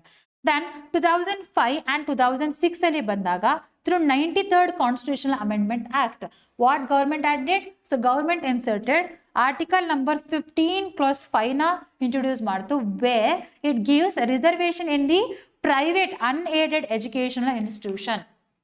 ಓಕೆ, ಎಜುಕೇಶನಲ್ ಇನ್ಸ್ಟಿಟ್ಯೂಷನ್ಸ್ಗಳಲ್ಲೂ ಕೂಡ ಮುಂಚೆ ಯಾರು ಕೊಡ್ತಿದ್ರು? ಏಡೆಡ್ ಅಥವಾ ದ ಗವರ್ಮೆಂಟ್ ಸ್ಕೂಲ್ಗಳಲ್ಲಿ ಏನ್ ಮಾಡ್ತಿರಪ್ಪ ಅಂದ್ರೆ ರಿಸರ್ವೇಶನ್ ಸಿಗ್ತಾ ಇತ್ತು the people who are belongs to SC, ST and OBC. And through the 93rd constitution amendment act private unaided ಸ್ಕೂಲ್ಗಳಲ್ಲೂ ಕೂಡ ಏನ್ ಮಾಡಿದ್ರಪ್ಪ ಅಂತಂದ್ರೆ ರಿಸರ್ವೇಶನ್ ಕೊಡೋದಕ್ಕೆ ಸ್ಟಾರ್ಟ್ ಮಾಡಿದ್ರು. ಯಾರ್ದ ಎಕ್ಸೆಪ್ಷನ್ ಆದ್ರೆ ದ ಮೈನಾರಿಟಿ ಸ್ಕೂಲ್ಸ್ಗಳು ಅಥವಾ minority institutions. Okay, for example the Muslim schools ಅಥವಾ Christian schools, Sikh schools, Parsi school ಅದೆಲ್ಲವೂ ಕೂಡ ಏನ್ ಮಾಡಿದ್ರು? ಎಕ್ಸೆಪ್ಷನ್ ಮಾಡಿದ್ರು. So you should know it. Then after that 2006 ಅಲ್ಲಿ ಬಂದಾಗ M ನಾಗರಾಜ್ ಕೇಸ್, ಇಲ್ಲಿ ಸುಪ್ರೀಂ ಕೋರ್ಟ್ ಏನ್ ಮಾಡ್ತಪ್ಪ ಅಂದ್ರೆ it upheld the validity of reservation in a promotion. Okay, but lay down the condition. Promotion ಅಲ್ಲೂ ಕೂಡ ಏನ್ ಮಾಡ್ಬೋದು? ನೀವು ರಿಸರ್ವೇಶನ್ ಕೊಡ್ಬೋದು. ಬಟ್ ಸುಪ್ರೀಂ ಕೋರ್ಟ್ ಏನ್ ಮಾಡ್ತಪ್ಪ ಅಂದ್ರೆ ಕೆಲವೊಂದು ಕಂಡೀಷನ್ಸ್ಗಳನ್ನ ಹಾಕ್ತು, like backwardness, inadequate representation and efficiency. ಯಾವ ಕ್ಯಾಸ್ಟ್ ಅವ್ರಿಗೆ ನೀವು ರಿಸರ್ವೇಶನ್ ಕೊಡ್ತಾ ಇದ್ದೀರಾ ಪ್ರಮೋಷನ್ ಅಲ್ಲಿ? ಎಷ್ಟು ಜನ ಆಲ್ರೆಡಿ ಆ ಕ್ಯಾಸ್ಟ್ ಅವ್ರಿಗೆ ಪ್ರಮೋಷನ್ ಆಗಿದೆ? ಎಷ್ಟು ಜನ ಹೈಯರ್ ಅಥಾರಿಟೀಸ್ಗಳಿದ್ದಾರೆ? Okay then after that representation ಅವ್ರು ಎಷ್ಟು ಚೆನ್ನಾಗಿ ಯಾವ್ಯಾವ ಜಾಬ್ ಅಲ್ಲಿ ಗ್ರೂಪ್ ಸಿ ಅಲ್ಲ ಬಿ ಅಲ್ಲ ಎ ಅಲ್ಲ ಎಷ್ಟು ರೆಪ್ರೆಸೆಂಟೇಷನ್ ಇದೆ ಅವರಿಗೆ, ದೆನ್ ಎಷ್ಟು ಎಫಿಷಿಯೆಂಟ್ ಆಗಿ ಅವರು ವರ್ಕ್ ಮಾಡಿದ್ದಾರೆ, ಇದನ್ನೆಲ್ಲಾನು ಕೂಡ ಕನ್ಸಿಡರ್ ಮಾಡಿ ಪ್ರಮೋಷನ್ ರಿಸರ್ವೇಶನ್ ಕೊಡಿ, not just based on the seniority ಅಂತಾನು ಕೂಡ ಇಲ್ಲಿ ಹೇಳಿದ್ರು. ಯಾವ ಕೇಸಲ್ಲಿ ಇದು M Nagaraj case 2006. Then after that 2017 ಅಲ್ಲಿ ನಮ್ಮ ಇಂಡಿಯನ್ ಗೌರ್ಮೆಂಟ್ ಒಂದು ಕಮಿಷನ್ ಸೆಟಪ್ ಮಾಡುತ್ತೆ. What is that commission name? Rohini commission. Very very important, you should know it. ಇದರಲ್ಲಿ ಏನ್ ಹೇಳಿದ್ರಪ್ಪ ಅಂತ ಹೇಳಿದ್ರೆ, ಆಲ್ಮೋಸ್ಟ್ ರೋಹಿಣಿ ಕಮಿಷನ್ ರಿಪೋರ್ಟ್ ಪ್ರಕಾರ ಆಲ್ಮೋಸ್ಟ್ ನಮ್ಮ ಇಂಡಿಯಾದಲ್ಲಿ ಬಂದಾಗ ಏನೆಲ್ಲ OBC ರಿಸರ್ವೇಶನ್ ಕೊಡ್ತಾರೋ 27% ರಿಸರ್ವೇಶನ್, ಅದರಲ್ಲಿ ಆಲ್ಮೋಸ್ಟ್ 3000 ಕ್ಯಾಸ್ಟ್ಗಳಿದೆ. ಆ ಕ್ಯಾಸ್ಟ್ಗಳಲ್ಲಿ just 1000 caste people they are making use of this 27% reservation. Other 2000 caste ಗಳು ಏನಾಗ್ತಿದಪ್ಪ ಅಂತಂದ್ರೆ they are not getting a reservation or they are not getting the benefit from this reservation. ಅದಕ್ಕೋಸ್ಕರ ಏನ್ ಮಾಡ್ಬೇಕಪ್ಪ ಅಂತಂದ್ರೆ OBC ಲೂ ಕೂಡ ಸಬ್ ಕ್ಯಾಟಗರೈಸೇಷನ್ ನ ಮಾಡಬೇಕು ಅಂತ ಹೇಳ್ತು. ಯಾವ commission? Rohini commission. Remember this one also. Then after that 2019 ಅಲ್ಲಿ ನಾವೇನ್ ನೋಡ್ತೀವಪ್ಪ ಅಂತಂದ್ರೆ 103rd ಕಾನ್ಸ್ಟಿಟ್ಯೂಷನ್ ಅಮೆಂಡ್ಮೆಂಟ್ ಆಕ್ಟ್ ನೋಡ್ತೀವಿ. So from this the government of India introduce 10% of the EWS quota, economically weaker section, and these 10% of the quota they are not even belongs to a SC, ST or a OBC. ಯಾರು ಕೂಡ unreserved ಕ್ಯಾಟಗರಿಲಿ ಬರ್ತಿದ್ರು ಅಥವಾ GM ಕ್ಯಾಟಗರಿಲಿ ಬರ್ತಾ ಇದ್ರು ಅವರು, if they are economically weaker section, if they are income is less than certain limit. Okay, ಇವಾಗ 8 lakh ಇದೆ. Then other sectors like ಆಸ್ತಿ ಎಷ್ಟಿದೆ ಅದೆಲ್ಲವೂ ಕೂಡ ಕನ್ಸಿಡರ್ ಆಗುತ್ತೆ. ದೆನ್ ಓವರ್ ಆಲ್ ಅವ್ರ ಇನ್ಕಮ್ ಏನಾದ್ರು ಕೂಡ 8 lakh ಇಂತ ಕಡಿಮೆ ಇದ್ರೆ ಅವರಿಗೆ ಎಲ್ಲಿ ಸಿಗುತ್ತಪ್ಪ ರಿಸರ್ವೇಶನ್? EWS ಕೋಟಾದಲ್ಲಿ ಸಿಗುತ್ತೆ. ಅದನ್ನ ಯಾವಾಗ ಇಂಟ್ರೊಡ್ಯೂಸ್ ಮಾಡಿದ್ದು ನಮ್ಮ Indian government? That is through 103rd constitution amendment act 2019. Then ಇದನ್ನ ಚಾಲೆಂಜ್ ಮಾಡಿ ಸುಪ್ರೀಂ ಕೋರ್ಟ್ ಅಲ್ಲಿ ಒಂದು ಕೇಸ್ ಇದೆ. ಅದು ಯಾವ ಕೇಸ್ ಅಪ್ಪ ಅಂತಂದ್ರೆ Janhit Abhiyan versus union of India case ಅಥವಾ EWS ಕೇಸ್ 2022. ದೆನ್ ಇಲ್ಲಿ ಸುಪ್ರೀಂ ಕೋರ್ಟ್ ಏನ್ ಮಾಡ್ತು? Supreme court upheld the 10% of the EWS quota. Supreme court ಇಲ್ಲಿ ಏನ್ ಹೇಳ್ತಪ್ಪ ಅಂತ ಬಂದಾಗ it said that so whatever the 10% extra reservation is there, it is not included the SC, ST or OBC etcetera. ಅದಕ್ಕೋಸ್ಕರ ಯಾರು unreserved category ಇದಾರೋ ಅವರಿಗೆ ಕೊಡಬಹುದು. ಇದೇನು ಸೀಲಿಂಗ್ ಇದೆ 50% ceiling, that is not a limited. ಈ ಸೀಲಿಂಗ್ ನ ಏನ್ ಮಾಡ್ಬೋದು? ಎಕ್ಸ್ಟೆಂಡ್ ಮಾಡ್ಬೋದು. Seeing the conditions of the people or seeing the vulnerability or the requirement of the people of our nation ಅಂತ ಸುಪ್ರೀಂ ಕೋರ್ಟ್ ಹೇಳ್ತು. ಅದೇ ಇಂದಿರಾ ಶನಾಯ್ ಕೇಸಲ್ಲಿ 50% ಲಿಮಿಟ್ ನ ಹೇಳ್ತು. ಬಟ್ ಆಫ್ಟರ್ ದಟ್ ಈ ಜನಹಿತ್ ಕೇಸಲ್ಲಿ ಬಂದಾಗ it said that there is no limit. ಏನ್ ಮಾಡ್ಬೋದು? ಈ ಲಿಮಿಟ್ ನ ಎಕ್ಸೀಡ್ ಕೂಡ ಮಾಡಬಹುದು ಗವರ್ಮೆಂಟ್ ಅಂತ ಹೇಳಿದ್ರು. These two are the contravention to the first one. Then so reservation ನ ಎಕ್ಸ್ಟ್ರಾ ಕೊಡ್ಬೇಕಾ ಕೊಡಬಾರ್ದಾ? What are all the key concerns we have. Okay, so ಕೊಡೋದ್ರಿಂದ ಏನಾಗುತ್ತೆ? ಎಸ್, ಯಾರೆಲ್ಲರೂ ಕೂಡ ಬೆನಿಫಿಟ್ ಸಿಕ್ಕಿಲ್ವೋ ಅವ್ರಿಗೆ ಎಲ್ಲರೂ ಕೂಡ ಬೆನಿಫಿಟ್ ಸಿಗುತ್ತೆ. ಅವರನ್ನು ಕೂಡ ಏನ್ ಮಾಡ್ಬೋದಪ್ಪ ಅಂತಂದ್ರೆ ಎಕನಾಮಿಕಲಿ ಸೋಷಿಯಲಿ ಮುಂದೆ ಬರ್ಬೋದು. But what are all the issues? We will see the issues. ಒಂದು, the over concentrations of the benefits. Okay, so ನಾವು ಆಲ್ರೆಡಿ ನೋಡ್ದಂಗೆ OBCs ಗಳಲ್ಲಿ ಬಂದಾಗ only the certain categories they are getting the benefits, not everyone. And even recent ಆಗಿ supreme court ಅಲ್ಲಿ ಒಂದು case ಕೂಡ ಹೋಗಿತ್ತು where they are arguing about SC and ST ಅಲ್ಲಿ ಬಂದವನು ಕೂಡ ಕ್ಯಾಟಗರೀಸ್ ಗಳನ್ನ ಸಬ್ ಕ್ಯಾಟಗರೈಸ್ ಮಾಡಿ ಯಾರೆಲ್ಲರೂ ಕೂಡ ಅನ್ರೆಪ್ರೆಸೆಂಟೇಟೆಡ್ ಅಥವಾ ಕಡಿಮೆ ರಿಸರ್ವೇಶನ್ ಸಿಕ್ಕಿದೆಯೋ ಅವರಿಗೆ ಏನ್ ಮಾಡ್ಬೇಕಪ್ಪ ಅಂತ ಅಂದ್ರೆ ಇನ್ನ ರಿಸರ್ವೇಶನ್ ಕೊಡಬೇಕು, ಅವರಿಗೆ ಫಸ್ಟ್ ಪ್ರಿಫರೆನ್ಸ್ ಕೊಡಬೇಕು. ನಮ್ಮ ಕರ್ನಾಟಕದಲ್ಲಿ ಯಾವ ತರ ಇಂಟರ್ನಲ್ ರಿಸರ್ವೇಶನ್ ಆಗಿದೆಯೋ ಅದೇ ತರ ಸೆಂಟ್ರಲ್ ಅಲ್ಲೂ ಮಾಡಬೇಕು ಅಂತಾನು ಕೂಡ ಹೇಳಿದ್ರು. ಸುಪ್ರೀಂ ಕೋರ್ಟ್ ಕೂಡ ಏನ್ ಮಾಡಿತಪ್ಪ ಅಂದ್ರೆ ಡೈರೆಕ್ಟ್ ಮಾಡಿತ್ತು ಸೆಂಟ್ರಲ್ ಗವರ್ಮೆಂಟ್ಗೆ, and central government rejected it. Okay, so whatever the income whether you are represented or not represented, so ಯಾರು ಕೂಡ SC ST ಗೆ ಬಿಲಾಂಗ್ ಆಗಿದ್ದಾರೋ ಅವರಿಗೆ ಇವಾಗ ಏನ್ ರಿಸರ್ವೇಶನ್ ಇದೆ ಅದು ಅಪ್ಲಿಕೇಬಲ್ ಆಗುತ್ತೆ. ನಾವು ಪುನಃ ಏನ್ ಮಾಡಲ್ಲ, ಅಲ್ಲಿ ಸಬ್ ಕ್ಯಾಟಗರೈಸ್ ಮಾಡಲ್ಲ ಅಂತ ಹೇಳಿ ಯಾರು ಹೇಳಿದಾರಪ್ಪ ಅಂದ್ರೆ ಸೆಂಟ್ರಲ್ ಗವರ್ಮೆಂಟ್ ಹೇಳಿದೆ. ಓಕೆ, ಸೊ ಈ ತರ ಆದಾಗ ಏನಾಗುತ್ತೆ? Because of this reservation only the certain categories like ಯಾರೆಲ್ಲರೂ ಕೂಡ ಆಲ್ರೆಡಿ ಬೆನಿಫಿಟ್ಸ್ ತಗೊಳ್ತಾ ಇದ್ದಾರೋ ಅವರಿಗಷ್ಟೇ ಬೆನಿಫಿಟ್ ನ ಕೊಡ್ತಿದ್ದಾರೆ. ಓಕೆ, ಯಾರು ಬೆನಿಫಿಟ್ ಸಿಕ್ಕಿಲ್ವೋ ಅಥವಾ ಯಾರು ಅನ್ರೆಪ್ರೆಸೆಂಟೆಡ್ ಇದ್ದಾರೋ ಅವ್ರು ಹಾಗೆ ಉಳ್ಕೋತಾ ಇದ್ದಾರೆ. ಹಾಗಾದ್ರೆ ಸಬ್ ಕ್ಯಾಟಗರೈಸೇಷನ್ ಮಾಡಬೇಕಾ? Yes, we have to do a sub categorisation but without exceeding the ceiling percentage. Okay, because GM ಕ್ಯಾಟಗರಿಲೂ ಬಂದಾಗ್ಲೂ ಕೂಡ almost they are getting a less reservation. ನಾವು ಕೂಡ ಅದರಲ್ಲೂ ಕೂಡ ಇನ್ನ ಎಕ್ಸೀಡ್ ಮಾಡಿದ್ರೆ ರಿಸರ್ವೇಶನ್ ನ whatever the people who are coming for the undeserved category or GM category ಅವ್ರಿಗೆ ಇನ್ನ ಪ್ರಾಬ್ಲಮ್ ಆಗ್ತಾ ಬರುತ್ತೆ. So that is why sub categorisation ಮಾಡಬೇಕು, but should be within the ceiling capacity ಒಳಗಡೆ ಇರಬೇಕು. Next after that equality versus social justice. Equality ಅಂತ ಬಂದಾಗ ನಾವು ಏನು ಮಾಡ್ತಿದ್ದೀವಿ, everyone are equal, whether you are a poor, whether you are a rich, whether you are educated or uneducated, whether you are a male or a female. But ಇನ್ನೊಂದು ಕಡೆ ಏನು ಮಾಡ್ತಾ ಇದ್ದೀವಿ ನಾವು, ಇನ್ನೊಂದು ಕಡೆ ರಿಸರ್ವೇಷನ್ ಕೊಟ್ಟು ಈ ಈಕ್ವಾಲಿಟಿನ ಏನಿದೆಯೋ ಅದನ್ನ ನಾವೇನು ಮಾಡ್ತಿದ್ದೀವಪ್ಪ ಅಂದ್ರೆ ಇನ್ಈಕ್ವಲ್ ಆಗಿ ಡಿಸ್ಟ್ರಿಬ್ಯೂಟ್ ಮಾಡ್ತಾ ಇದ್ದೀವಿ.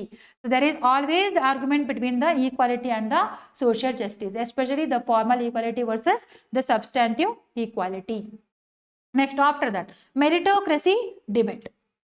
ಸೊ ಫ್ಯೂ ಕ್ಯಾಟಗರೀಸ್ಗಳಲ್ಲಿ ಬಂದಾಗ ನೀವು ಕೂಡ ಇವಾಗೆಲ್ಲ ಕೂಡ ನೀವು ಎಕ್ಸಾಮ್ಸ್ ಬರೀತಿರೋ ನೋಡ್ತಾ ಇದ್ದೀರಾ. So the people belong to the vulnerable category. I am not blaming anyone, but I am telling you. ಅವ್ರಗಳೆಲ್ಲ ಕೂಡ like compare to a GM category or OBC category, for a lower category ಏನಿದೆಪ್ಪ ಅಂತಂದ್ರೆ ತುಂಬಾನೇ ಕಡಿಮೆ cut off ನಿಲ್ಲಿಸಿರ್ತಾರೆ.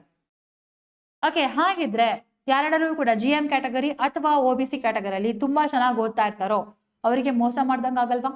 So there is always the debate about the meritocracy. Okay, what we have to consider, whether we have to see the economical or a social backwardness or their educational capacity or a knowledge capacity na ನಾವು ನೋಡ್ಬೇಕಾ ಅಂತ. Okay, so this was there in a debate. Next after that impact on the governance. Government ಏನಾದರೂ ಕೂಡ ಇನ್ನ ಈ ಕೋರ್ಟನ್ನ extend ಮಾಡ್ತಾ ಹೋದ್ರೆ ಏನಾಗುತ್ತಪ್ಪ ಅಂತಂದ್ರೆ there is a increase in the litigations also and demand for the new communities. So every day every year one communityಗಳು ನಮ್ಮನ್ನು add ಮಾಡಿ ಅಂತ ಬರ್ತಾರೆ ಇರ್ತಾರೆ.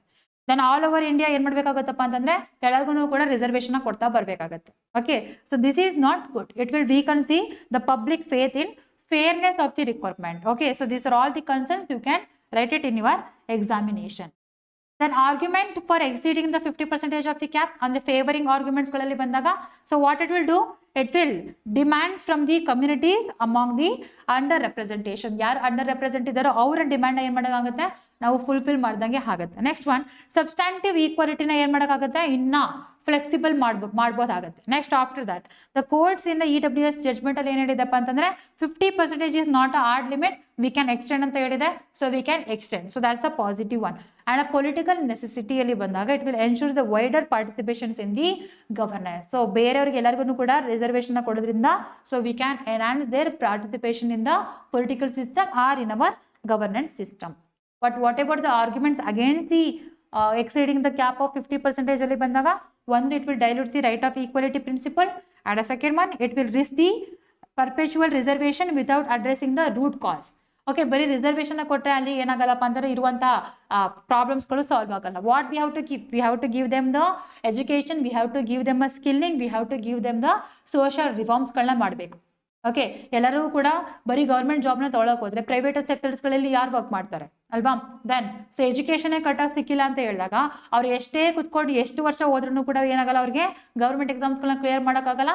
ದೆನ್ ಏನು ಮಾಡೋಕ್ಕಾಗಲ್ಲ, ಅವ್ರಿಗೆ ಜಾಬ್ ಸಿಗಲ್ಲ. So whatever the root cause of the things, why they are socially backward, why they are economically backward, why they are educationally backward, ಈ ಇಶ್ಯೂಸ್ಗಳನ್ನ ನಾವೇನು ಮಾಡಬೇಕು, ಫಸ್ಟ್ ಸಾಲ್ವ್ ಮಾಡಬೇಕು rather then giving the reservation. And after that the benefits cornered by the dominant caste. Okay, as I said that reservation ಕೊಡ್ತಾ ಬಂದಂಗೆ ಬರೀ caste wise ಕೊಡ್ತಾ ಬಂದಿದ್ರೆ ಏನಾಗ್ತಿದೆಪ್ಪ ಅಂತ ಅಂದಾಗ ಅಲ್ಲಿ ಕ್ಯಾಸ್ಟ್ ಕೆಳಗಡೆ OBC ಅಂತ ಬಂದ್ರೆ there are several caste, SC ಅಂತ ಬಂದ್ರೆ ಅಲ್ಲಿ ಒಂದಷ್ಟು ಕ್ಯಾಸ್ಟ್ಗಳಿದೆ, ST ಅಂತ ಬಂದ್ರೆ ಅಲ್ಲಿ ಒಂದಷ್ಟು ಕ್ಯಾಸ್ಟ್ಗಳಿದೆ. ಸೊ ಫ್ಯೂ ಕ್ಯಾಸ್ಟ್ ಏನಾಗ್ತಿದೆ, ಅವರು ಡಾಮಿನೇಟ್ ಆಗ್ತಾ ಇದ್ದಾರೆ, ಕೆಲವೊಂದು ಕ್ಯಾಸ್ಟ್ಗಳಿಗೆ ಸಿಗ್ತಾ ಇಲ್ಲ, ಮಾರ್ಜಿನಲ್ ಕ್ಯಾಸ್ಟ್ಗಳಿಗೆ. So what we have to do, sub categorisation is the best option. And expanding the quota without addressing the structural inequality may worsen the social divide. So these are all the arguments against the 50% of the cap. Next after that, so what are all the way forward or what are all the measures you can write? Already I discussed one, subcategorization within all the categories. Next after that, combine the reservation with the capacity building measures. Like what is this capacity building measure? The healthcare, education, skilling and other social reforms. Next after that, we use the periodic review of the reservation policies. Periodic ಆಗಿ ನಾವೇನು ಮಾಡಬೇಕು, ರಿಸರ್ವೇಷನ್ನ review ಮಾಡ್ತಾ ಬರಬೇಕು. So that we will get to know ಯಾವ category ಅವರಿಗೆ ಜಾಸ್ತಿ benefit ಸಿಗ್ತಿದೆ, ಯಾರಿಗೆ ಸಿಗ್ತಾ ಇಲ್ಲ. ದೆನ್ ಯಾರಿಗೆ ಸಿಗ್ತಾ ಇಲ್ಲ ಅವ್ರಿಗೆ ಏನು ಮಾಡ್ಬೋದಪ್ಪ ಅಂತಂದರೆ ನೆಕ್ಸ್ಟ್ ಬರುವಂಥ ಎಕ್ಸಾಮಿನೇಷನ್ಸ್ಗಳಲ್ಲಿ ಅಥವಾ ನೆಕ್ಸ್ಟ್ ಬರುವಂಥ ಅಡ್ಮಿಷನ್ಸ್ಗಳಲ್ಲಿ ಏನು ಮಾಡ್ಬೋದಪ್ಪ ಅಂದರೆ ಅವರಿಗೆ ಪ್ರಿಫರೆನ್ಸ್ನ ಕೊಡ್ತಾ ಬರ್ಬೋದು. Next so what it will do, ಇದರಿಂದ ಏನಾಗುತ್ತಪ್ಪ ಅಂತಂದರೆ balance between the meritocracy and social justice ಆಗುತ್ತೆ.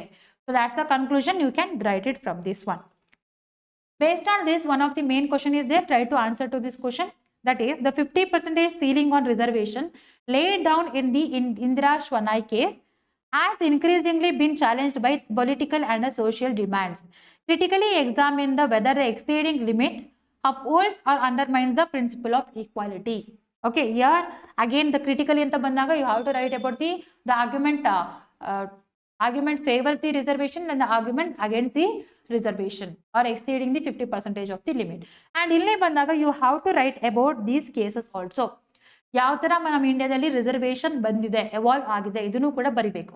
ಅಂಡ್ ನಾವು ಇವೇನು ಆರ್ಟಿಕಲ್ ಡಿಸ್ಕಸ್ ಮಾಡಿದೀವಿ ಇದು ನಿಮ್ಮ ಮೇನ್ಸ್ ಪರ್ಸ್ಪೆಕ್ಟಿವ್ ಇಂಪಾರ್ಟೆಂಟ್ ಆಗುತ್ತೆ ಅಥವಾ ನಿಮ್ಮ ಎಸ್ಸೆಗೂ ಕೂಡ ಇಂಪಾರ್ಟೆಂಟ್ ಆಗಿರುತ್ತೆ.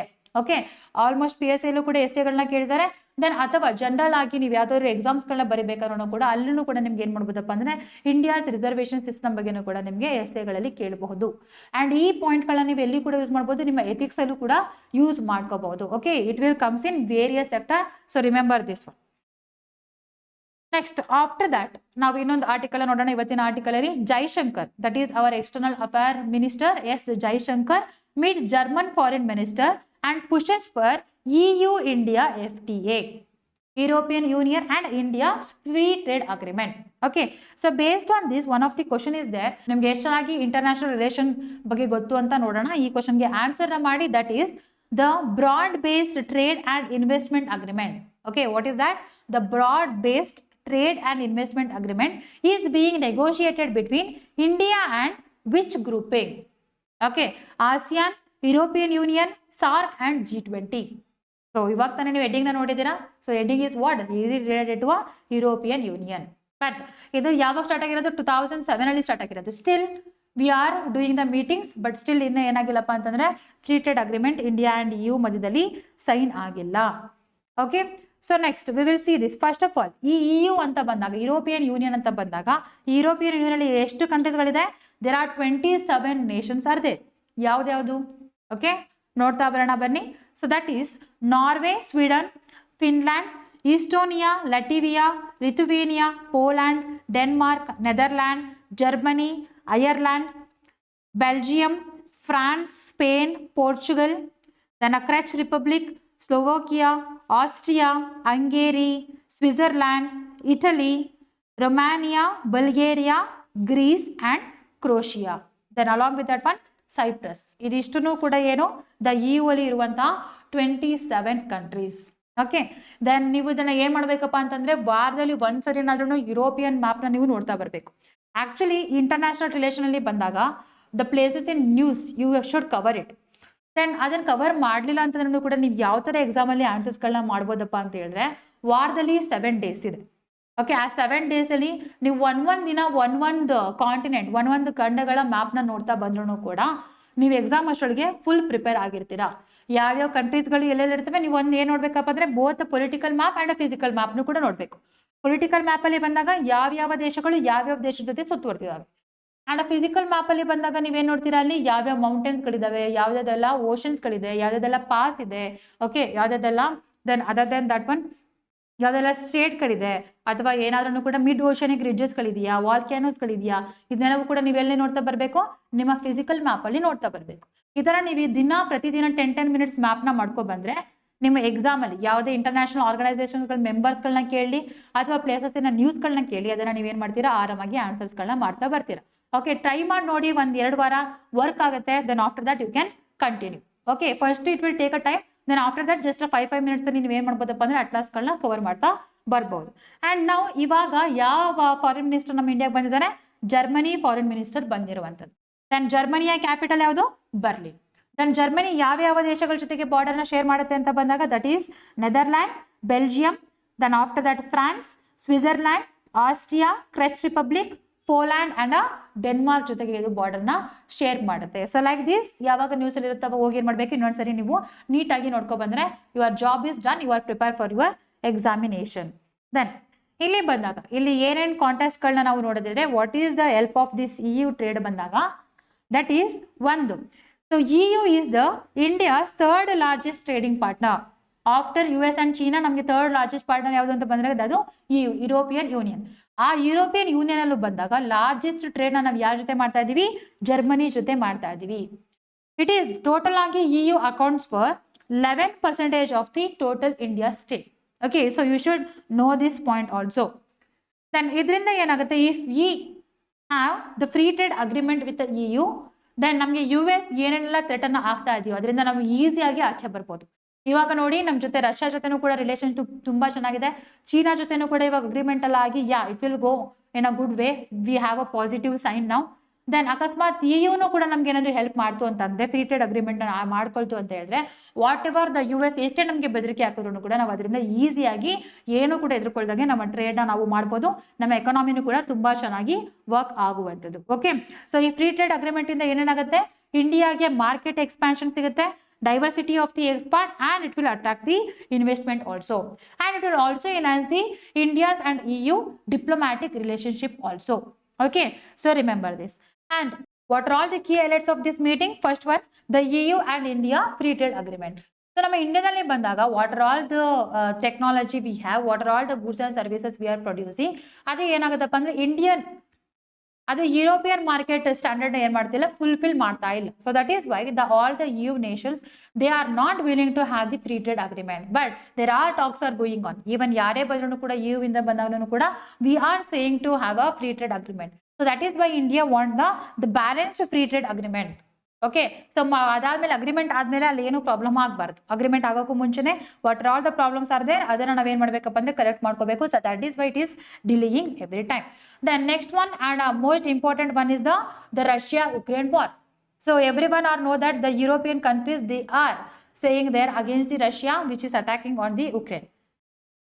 ಇಂಡಿಯಾನು ಕೂಡ ಹೇಳ್ತಿದೆ ವಾರ್ನ ಸ್ಟಾಪ್ ಮಾಡಿ ಅಂತ, ಬಟ್ ಕಂಪ್ಲೀಟ್ ಆಗಿ ಏನ್ ಮಾಡಿಲ್ಲಪ್ಪ ಅಂತಂದ್ರೆ ರಷ್ಯನ್ ರಿಲೇಶನ್ಶಿಪ್ ನ ಇಂಡಿಯಾ ಬಿಟ್ಕೊಟ್ಟಿಲ್ಲ.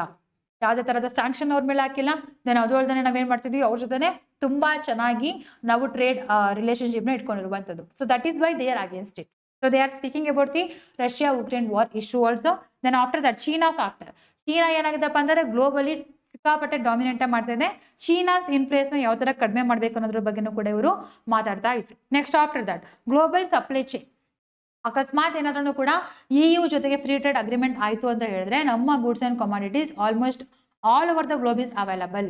ಓಕೆ, ಸೊ ದೆನ್ ಇದರಿಂದ ಏನಾಗುತ್ತಪ್ಪ ಅಂತಂದ್ರೆ ನಮ್ಮ ಇಂಡಿಯಾದಲ್ಲಿ ಇರುವಂತಹ ಎನರ್ಜಿ ಸೆಕ್ಟರ್ ಆಗಿರ್ಬೋದು, ಟೆಕ್ನಾಲಜಿ ಅಂಡ್ ಟ್ರೇಡ್ ಸೆಕ್ಟರ್ ತುಂಬಾ ರೆಸಿಲಿಯಂಟ್ ಆಗಿ ವರ್ಕ್ ಆಗ್ತಾ ಬರ್ತಿರುತ್ತೆ. And India and Germany both are sign to cooperate in the critical sectors like renewable, green energy and AI and semiconductor. So remember this one also. Then so ಇದರಿಂದ ಜಿಯೋಪೊಲಿಟಿಕಲ್ alignment ಕೂಡ ಆಗುತ್ತೆ. Both will commitment to a multilateralism and a democratic values. And German FM, I mean to say finance minister, emphasize US support for India as the key partner in Indo-Pacific. Okay, total ಆಗಿ EU support ಮಾಡ್ತಿದೆ. Yes, in a future we will also have a free trade agreement ಅಂತ ಹೇಳಿ ಇಲ್ಲಿ ಮಾತಾಡಿರುವಂತದ್ದು. Okay, so that's all. Then after that ಇನ್ನೊಂದು ಕೂಡ news ಅಲ್ಲಿ ಒಂದು article ಇದೆ. So that is EFTA. You should know about this EFTA. What is this EFTA? So EFTA is not at all related to a European Union. What is this EFTA? EFTA is nothing but European Free Trade Association, not Free Trade Agreement. European Free Trade Association. So there are 4 countries are there. What are they? Iceland, Liechtenstein, Norway and Switzerland. ಇವರು 4 ಜನ ಯಾರ ಜೊತೆ sign ಮಾಡಿದ್ದಾರೆ, ನಮ್ಮ India ಜೊತೆ ಒಂದು agreement ನ sign ಮಾಡಿದ್ದಾರೆ. That agreement is called as the India's EFTA, European Free Trade Association. ಇದೇನಾಗಿದೆಪ್ಪ ಅಂತಂದ್ರೆ ಇದನ್ನ ಅಗ್ರಿಮೆಂಟ್ ಆಗಿದ್ದು ದೆನ್ ಇದು ಅಕ್ಟೋಬರ್ 1 ಇಂದ ಏನ್ ಬರುತ್ತಪ್ಪ ಅಂದ್ರೆ ಆಕ್ಟ್ ಗೆ ಬರುತ್ತೆ, ಫೋರ್ಸ್ ಗೆ ಬರುತ್ತೆ. So that is why it is very very important. Okay, so ನಿಮ್ಮ ಎಕ್ಸಾಮ್ ಅಲ್ಲಿ ಕೇಳ್ಬೋದು. Okay, EFTA it is related to European Union, not at all. ಇದು ಯಾವ್ಯಾವ ಜೊತೆಗಿರೋದು? ಒಂದು Ireland, Liechtenstein, Norway and Switzerland. ಯಾಕಂತಂದ್ರೆ ಯುರೋಪ್ ಜೊತೆ ಫ್ರೀ ಟ್ರೇಡ್ ಅಗ್ರಿಮೆಂಟ್ ಆಗಿಲ್ಲ, ಬಟ್ ಈ 4 ದೇಶಗಳು ನಮ್ಮ ಜೊತೆ ತುಂಬಾ ಚೆನ್ನಾಗಿ ರಿಲೇಶನ್ಶಿಪ್ ಇಟ್ಕೊಂಡಿದ್ದಾರೆ. And they want to have a free trade agreement with India. ಅದಕ್ಕೋಸ್ಕರ ಮೀಟಿಂಗ್ಸ್ ಗಳನ್ನ ಮಾಡಿ ಈ ಅಗ್ರಿಮೆಂಟ್ ನ ಸೈನ್ ಮಾಡಿರುವಂತದ್ದು. ಲಾಸ್ಟ್ ಇಯರ್ ಸೈನ್ ಮಾಡಿದ್ರು. ದೆನ್ ಇವಾಗ ಏನಾಗತ್ತಪ್ಪ ಅಂತ ಹೇಳಿದ್ರೆ ಅಕ್ಟೋಬರ್ 1 ಇಂದ ಇದು ಕೋರ್ಸ್ಗೆ ಬರ್ತಾ ಇದೆ. You should know it for your exam purpose. So here see this question, ಈ ತರನೇ ಕ್ವಶನ್ ಬರ್ಬೋದು. The European Free Trade Association recently in a news consist of the which of the following countries. ಯಾವ 4 ದೇಶಗಳು ಅಂತ ನೀವು ಕಂಡುಹಿಡಿಯಬೇಕು. Option A Iceland, Switzerland, Norway and Denmark. Option B Switzerland, Ireland, Liechtenstein and Norway. Option C Norway, Sweden, Ireland and Switzerland. Option D Finland, Switzerland, Ireland and Norway. So what is the right answer? Option B is the right answer. Okay, so remember this one also. And the last article of this today, that is cabinet approves 1500 crore rupees scheme for critical mineral recycling. Okay, before we are going to this one, what is critical minerals? Critical ಮಿನರಲ್ಸ್ಗಳು ಅಂತಂದ್ರೆ ಏನಂತ ಅಂದ್ರೆ ಅದು ಈಸಿಯಾಗಿ available ಇರಲ್ಲ ಎಲ್ಲಿ ನಮ್ಮ ಭೂಮಿ ಮೇಲೆ. And but they are very very critical to develop the technologies. EV ಬ್ಯಾಟ್ರೀಸ್ಗಳಾಗಿರ್ಬೋದು, whatever semiconductor you mention, ಬ್ಯಾಟ್ರೀಸ್ಗಳಾಗಿರ್ಬೋದು, ದೆನ್ ಸೋಲಾರ್ ಸಿಸ್ಟಮ್ ಆಗಿರ್ಬೋದು, ದೆನ್ ಸ್ಪೇಸ್ ಟೆಕ್ನಾಲಜಿ ಆಗಿರ್ಬೋದು, ಇದೆಲ್ಲಾನು ಕೂಡ ಡೆವಲಪ್ಮೆಂಟ್ ಮಾಡ್ಬೇಕಂತಂದ್ರೆ ನಮ್ಗೆ ಏನ್ ಬೇಕಪ್ಪ ಅಂತಂದ್ರೆ we need these critical minerals. Okay, ಅದನ್ನ ಅದ್ರ ಸೋರ್ಸ್ ಕಡಿಮೆ ಇರೋದ್ರಿಂದ ಏನ್ ಮಾಡ್ಬೇಕಪ್ಪ ಅಂತಂದ್ರೆ ಇವಾಗ ಆಲ್ರೆಡಿ ಯೂಸ್ ಮಾಡುವಂತ ಪ್ರಾಡಕ್ಟ್ಸ್ ಗಳಿಂದ, ಆಲ್ರೆಡಿ ಇರುವಂತ ಈ ವೇಸ್ಟ್ ಗಳಿಂದ ನಾವು ಅದನ್ನ ಏನ್ ಮಾಡ್ಬೇಕಪ್ಪ ಅಂದ್ರೆ ರೀಸೈಕಲಿಂಗ್ ನ ಮಾಡ್ಬೇಕು. ಈ ರೀಸೈಕಲಿಂಗ್ ನ ಮಾಡೋದಕ್ಕೆ ನಿನ್ನೆ ಯೂನಿಯನ್ ಕ್ಯಾಬಿನೆಟ್ ಏನ್ ಮಾಡಿದೆಪ್ಪ ಅಂತಂದ್ರೆ 1500 ಕ್ರೋರ್ ರುಪೀಸ್ ನ ಅಪ್ರೂವಲ್ ಮಾಡಿದೆ. ಇಂಡಿಯಾದಲ್ಲಿ ನಾವು ನೋಡೋದಿದ್ರೆ ಕ್ರಿಟಿಕಲ್ ಮಿನರಲ್ಸ್ ಬಗ್ಗೆ, ಸೊ ಇಂಡಿಯಾದಲ್ಲಿ ಬಂದಾಗ there is the one scheme is there, that is National critical mineral Mission. ಈ ನ್ಯಾಷನಲ್ ಕ್ರಿಟಿಕಲ್ ಮಿನರಲ್ ಮಿಷನ್ಸ್ ಅಲ್ಲಿ ಬಂದಾಗ it covers 30 critical minerals. Okay, then ಯಾವ್ದು 30 ಕ್ರಿಟಿಕಲ್ ಮಿನರಲ್ಸ್ ಗಳಲ್ಲಿ ಬಂದಾಗ ದೀಸ್ ಆರ್ ದಿ ಥಿಂಗ್ಸ್. ಯಾವ್ದು? Antimony, beryllium, bismuth, cadmium, cobalt, copper, gallium, germanium, graphite, hafnium, indium, lithium, molybdenum, niobium, nickel, then PEG, phosphorus, potash, rare earth elements, rhenium, selenium, silicon, strontium, tantalum, tellurium, tin, titanium, tungsten, vanadium and zirconium. Okay, so what are all these? Name na keltirane critical agide alwa? Yes, these are all the critical minerals. Idu ashtu sigalla, but they are very very important to have a recent technology. ನಾವೀಗ recycle ಮಾಡೋದ್ರಿಂದ ಏನಾಗತ್ತಪ್ಪ ಅಂತಂದ್ರೆ ನಾವು India ಏನು ಬೇರೆ ದೇಶಗಳ ಮೇಲೆ depend ಆಗಿದೆಯೋ, especially ಚೀನಾದ ಮೇಲೆ ಏನು ಡಿಪೆಂಡ್ ಆಗಿದೆಯೋ, because China is the leader of the critical minerals in the globe, ಅವ್ರ ಡಿಪೆಂಡೆನ್ಸಿನ ಕಡಿಮೆ ಮಾಡ್ಬೋದು. We can have our indigenous critical minerals and ಇದರಿಂದ ಏನಾಗುತ್ತಪ್ಪ ಅಂತಂದ್ರೆ ಖರ್ಚು ಕೂಡ ಕಡಿಮೆ ಆಗುತ್ತೆ, ದೆನ್ ಟೆಕ್ನಾಲಜಿನೂ ಕೂಡ ನಾವು ಚೆನ್ನಾಗಿ ಡೆವಲಪ್ಮೆಂಟ್ ಮಾಡಬಹುದು. So that is why yesterday the Union cabinet approve this much of money. Okay, so we will see the completely about this scheme. Key features of this scheme is what? One, what is the object? It is to develop the recycling capacity in India for separation and the productions of the critical minerals. ಇದರಿಂದ ಏನಾಗುತ್ತಪ್ಪ ಅಂದ್ರೆ circular economy in minerals enhance ಆಗುತ್ತೆ. Okay, that is 3 R's. Okay, reduce, recycle and reuse. ಇದೇನಾಗುತ್ತಪ್ಪ ಅಂದ್ರೆ enhance ಆಗುತ್ತೆ. And scope ಅಲ್ಲಿ ಬಂದಾಗ the recovery of the minerals from the end of the life product. Already end ಆಗಿರುವಂತ products ಗಳಿಂದ ನಾವು ಮಾಡೋದ್ರಿಂದ ವೇಸ್ಟ್ ಕೂಡ ಕಡಿಮೆ ಆಗುತ್ತಾ? Yes, we can reduce the waste also. And ಇಲ್ಲಿ ಕ್ರಿಟಿಕಲ್ ಮಿನರಲ್ಸ್ ಗಳು ಕೂಡ ಸಿಗುತ್ತವೆ, like copper, lithium, nickel, cobalt, rare earth elements which are very very important to develop the critical technologies. And implementation ಅಲ್ಲಿ ಬಂದಾಗ it's a part of the national critical mineral mission only. 2023 ಅಲ್ಲಿ adapt ಮಾಡ್ಕೊಂಡಿರೋಂಥದ್ದು. Okay, so ಅದರದ್ದು ಪಾರ್ಟೇ ಈ mission ಕೂಡ ಹೌದು. Then it seeks the boosts the domestic capacity and supply chain resilience in critical minerals. And timeline ಬಂದಾಗ what ever 1500 crore rupees ನ ಕೊಡ್ತಾ ಇದ್ದಾರೋ, it is for how many years? It is for 6 years. ಈ ವರ್ಷದಿಂದ, ಈ financial year ಇಂದ start ಆಗುತ್ತೆ. Financial year 25-26 ಇಂದ ಸ್ಟಾರ್ಟ್ ಆಗಿ ಫಿನಾನ್ಷಿಯಲ್ ಇಯರ್ 2030 to 31 ತನಕನೂ ಕೂಡ ಇದು ಕವರ್ ಆಗುತ್ತೆ. ಎಷ್ಟು rupees? 1500 crore rupees. And eligible sectors ಗಳಲ್ಲಿ ಬಂದಾಗ ಯಾವ್ದೆಲ್ಲ ಇದೆ?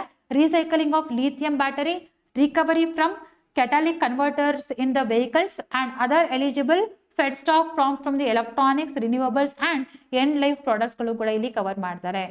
and beneficiaries ಗಳು ಬಂದು both the large and small industries. They are not excluding the small industries, they are including the small industries. ನಮ್ಮ ಇಂಡಿಯಾದಲ್ಲಿ ನೋಡ್ತಾ ಬಂದ್ರೆ whatever we are seeing the recycling thing, everything is done by the most of the recycling is done by the small industries or the informal industries. ಅವ್ರನ್ನೂ ಕೂಡ ಇಲ್ಲಿ include ಮಾಡಿದ್ದಾರೆ. Okay, then they are also establishing the new units for expansion, modernisation and diversifications of the existing units. Okay, ಹೊಸದನ್ನು ಕೂಡ ಇಲ್ಲಿ development ಮಾಡ್ತಾ ಇದ್ದಾರೆ. And funding and support is up to 1/3 of the total outlay. Okay, ಯಾವುದೋ ಒಂದು industry ಈ recycling ನ ಮಾಡ್ತಾ ಇದೆ ಅಂತ ಬಂದಾಗ ಅವ್ರಿಗೆ ಏನ್ ಖರ್ಚಾಗುತ್ತೋ ಅದರಲ್ಲಿ almost up to 1/3 of their expenses ಗಳನ್ನ ಏನ್ ಮಾಡುತ್ತಪ್ಪ ಅಂದ್ರೆ ಈ ಸ್ಕೀಮ್ ಕೆಳಗಡೆ ಕವರ್ ಮಾಡ್ತಾರೆ. ಓಕೆ, ಇದರಿಂದ ಏನೇನೆಲ್ಲ ಆಗುತ್ತೆ? ಒಂದು, so there is a strategic autonomy is there, India's import dependency ಏನಾಗುತ್ತಪ್ಪ ಅಂದರೆ ಕಡಿಮೆ ಆಗುತ್ತಾ ಬರ್ತದೆ, ಮತ್ತು ಎನರ್ಜಿ ಟ್ರಾನ್ಸಿಷನ್ಗೂ ಕೂಡ ಇದು ಹೆಲ್ಪ್ ಮಾಡುತ್ತೆ. So India can whatever the India's goal is there, like EV ಬಲ್ಲಿ ಬಂದಾಗ ಗ್ಲೋಬಲ್ ಲೀಡರ್ ಆಗಬೇಕು, ಸೆಮಿ ಕಂಡಕ್ಟರಲ್ಲಿ ರಿನ್ಯೂವಬಲ್ ಎನರ್ಜಿಯಲ್ಲಿ ಗ್ಲೋಬಲ್ ಲೀಡರ್ ಆಗಬೇಕಂತ ಏನು ಇಂಡಿಯಾ ಏನ್ ಮಾಡ್ತಿದೆಯೋ ಅದಕ್ಕೆ ಸಪೋರ್ಟ್ ಮಾಡುತ್ತೆ. ದೆನ್ ಎಕನಾಮಿಕ್ ಗ್ರೋತ್ ಕೂಡ ಆಗುತ್ತೆ by having new industries, green jobs, technology innovation and job creation etcetera. Then environmental benefits ಕೂಡ ಆಗುತ್ತೆ by doing the recycling and the circular economy. So these are all the significance of this scheme. Okay, so ಇದೆಷ್ಟನ್ನ ಕೂಡ ನೀವು ಇವತ್ತಿನ news ಪೇಪರಲ್ಲಿ cover ಮಾಡಬೇಕು. Cover ಮಾಡಿದರೆ yes you did it. Okay, so ಇಷ್ಟನ್ನು ಹೇಳ್ತಾ ಇವತ್ತಿನ ಕ್ಲಾಸ್ನ ಇಲ್ಲಿಗೆ ಸ್ಟಾಪ್ ಮಾಡಿ.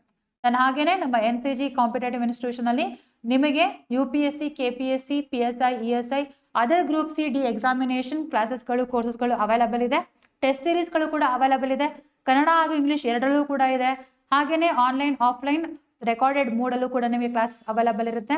ನಾನು ಇದ್ರ ಜೊತೆಗೆ ನಿಮಗೆ 1-to-1 ಮೆಂಟರ್ಶಿಪ್ ಟೆಸ್ಟ್ಗಳು ಎಲ್ಲವೂ ಕೂಡ ಅವೈಲಬಲ್ ಇದೆ.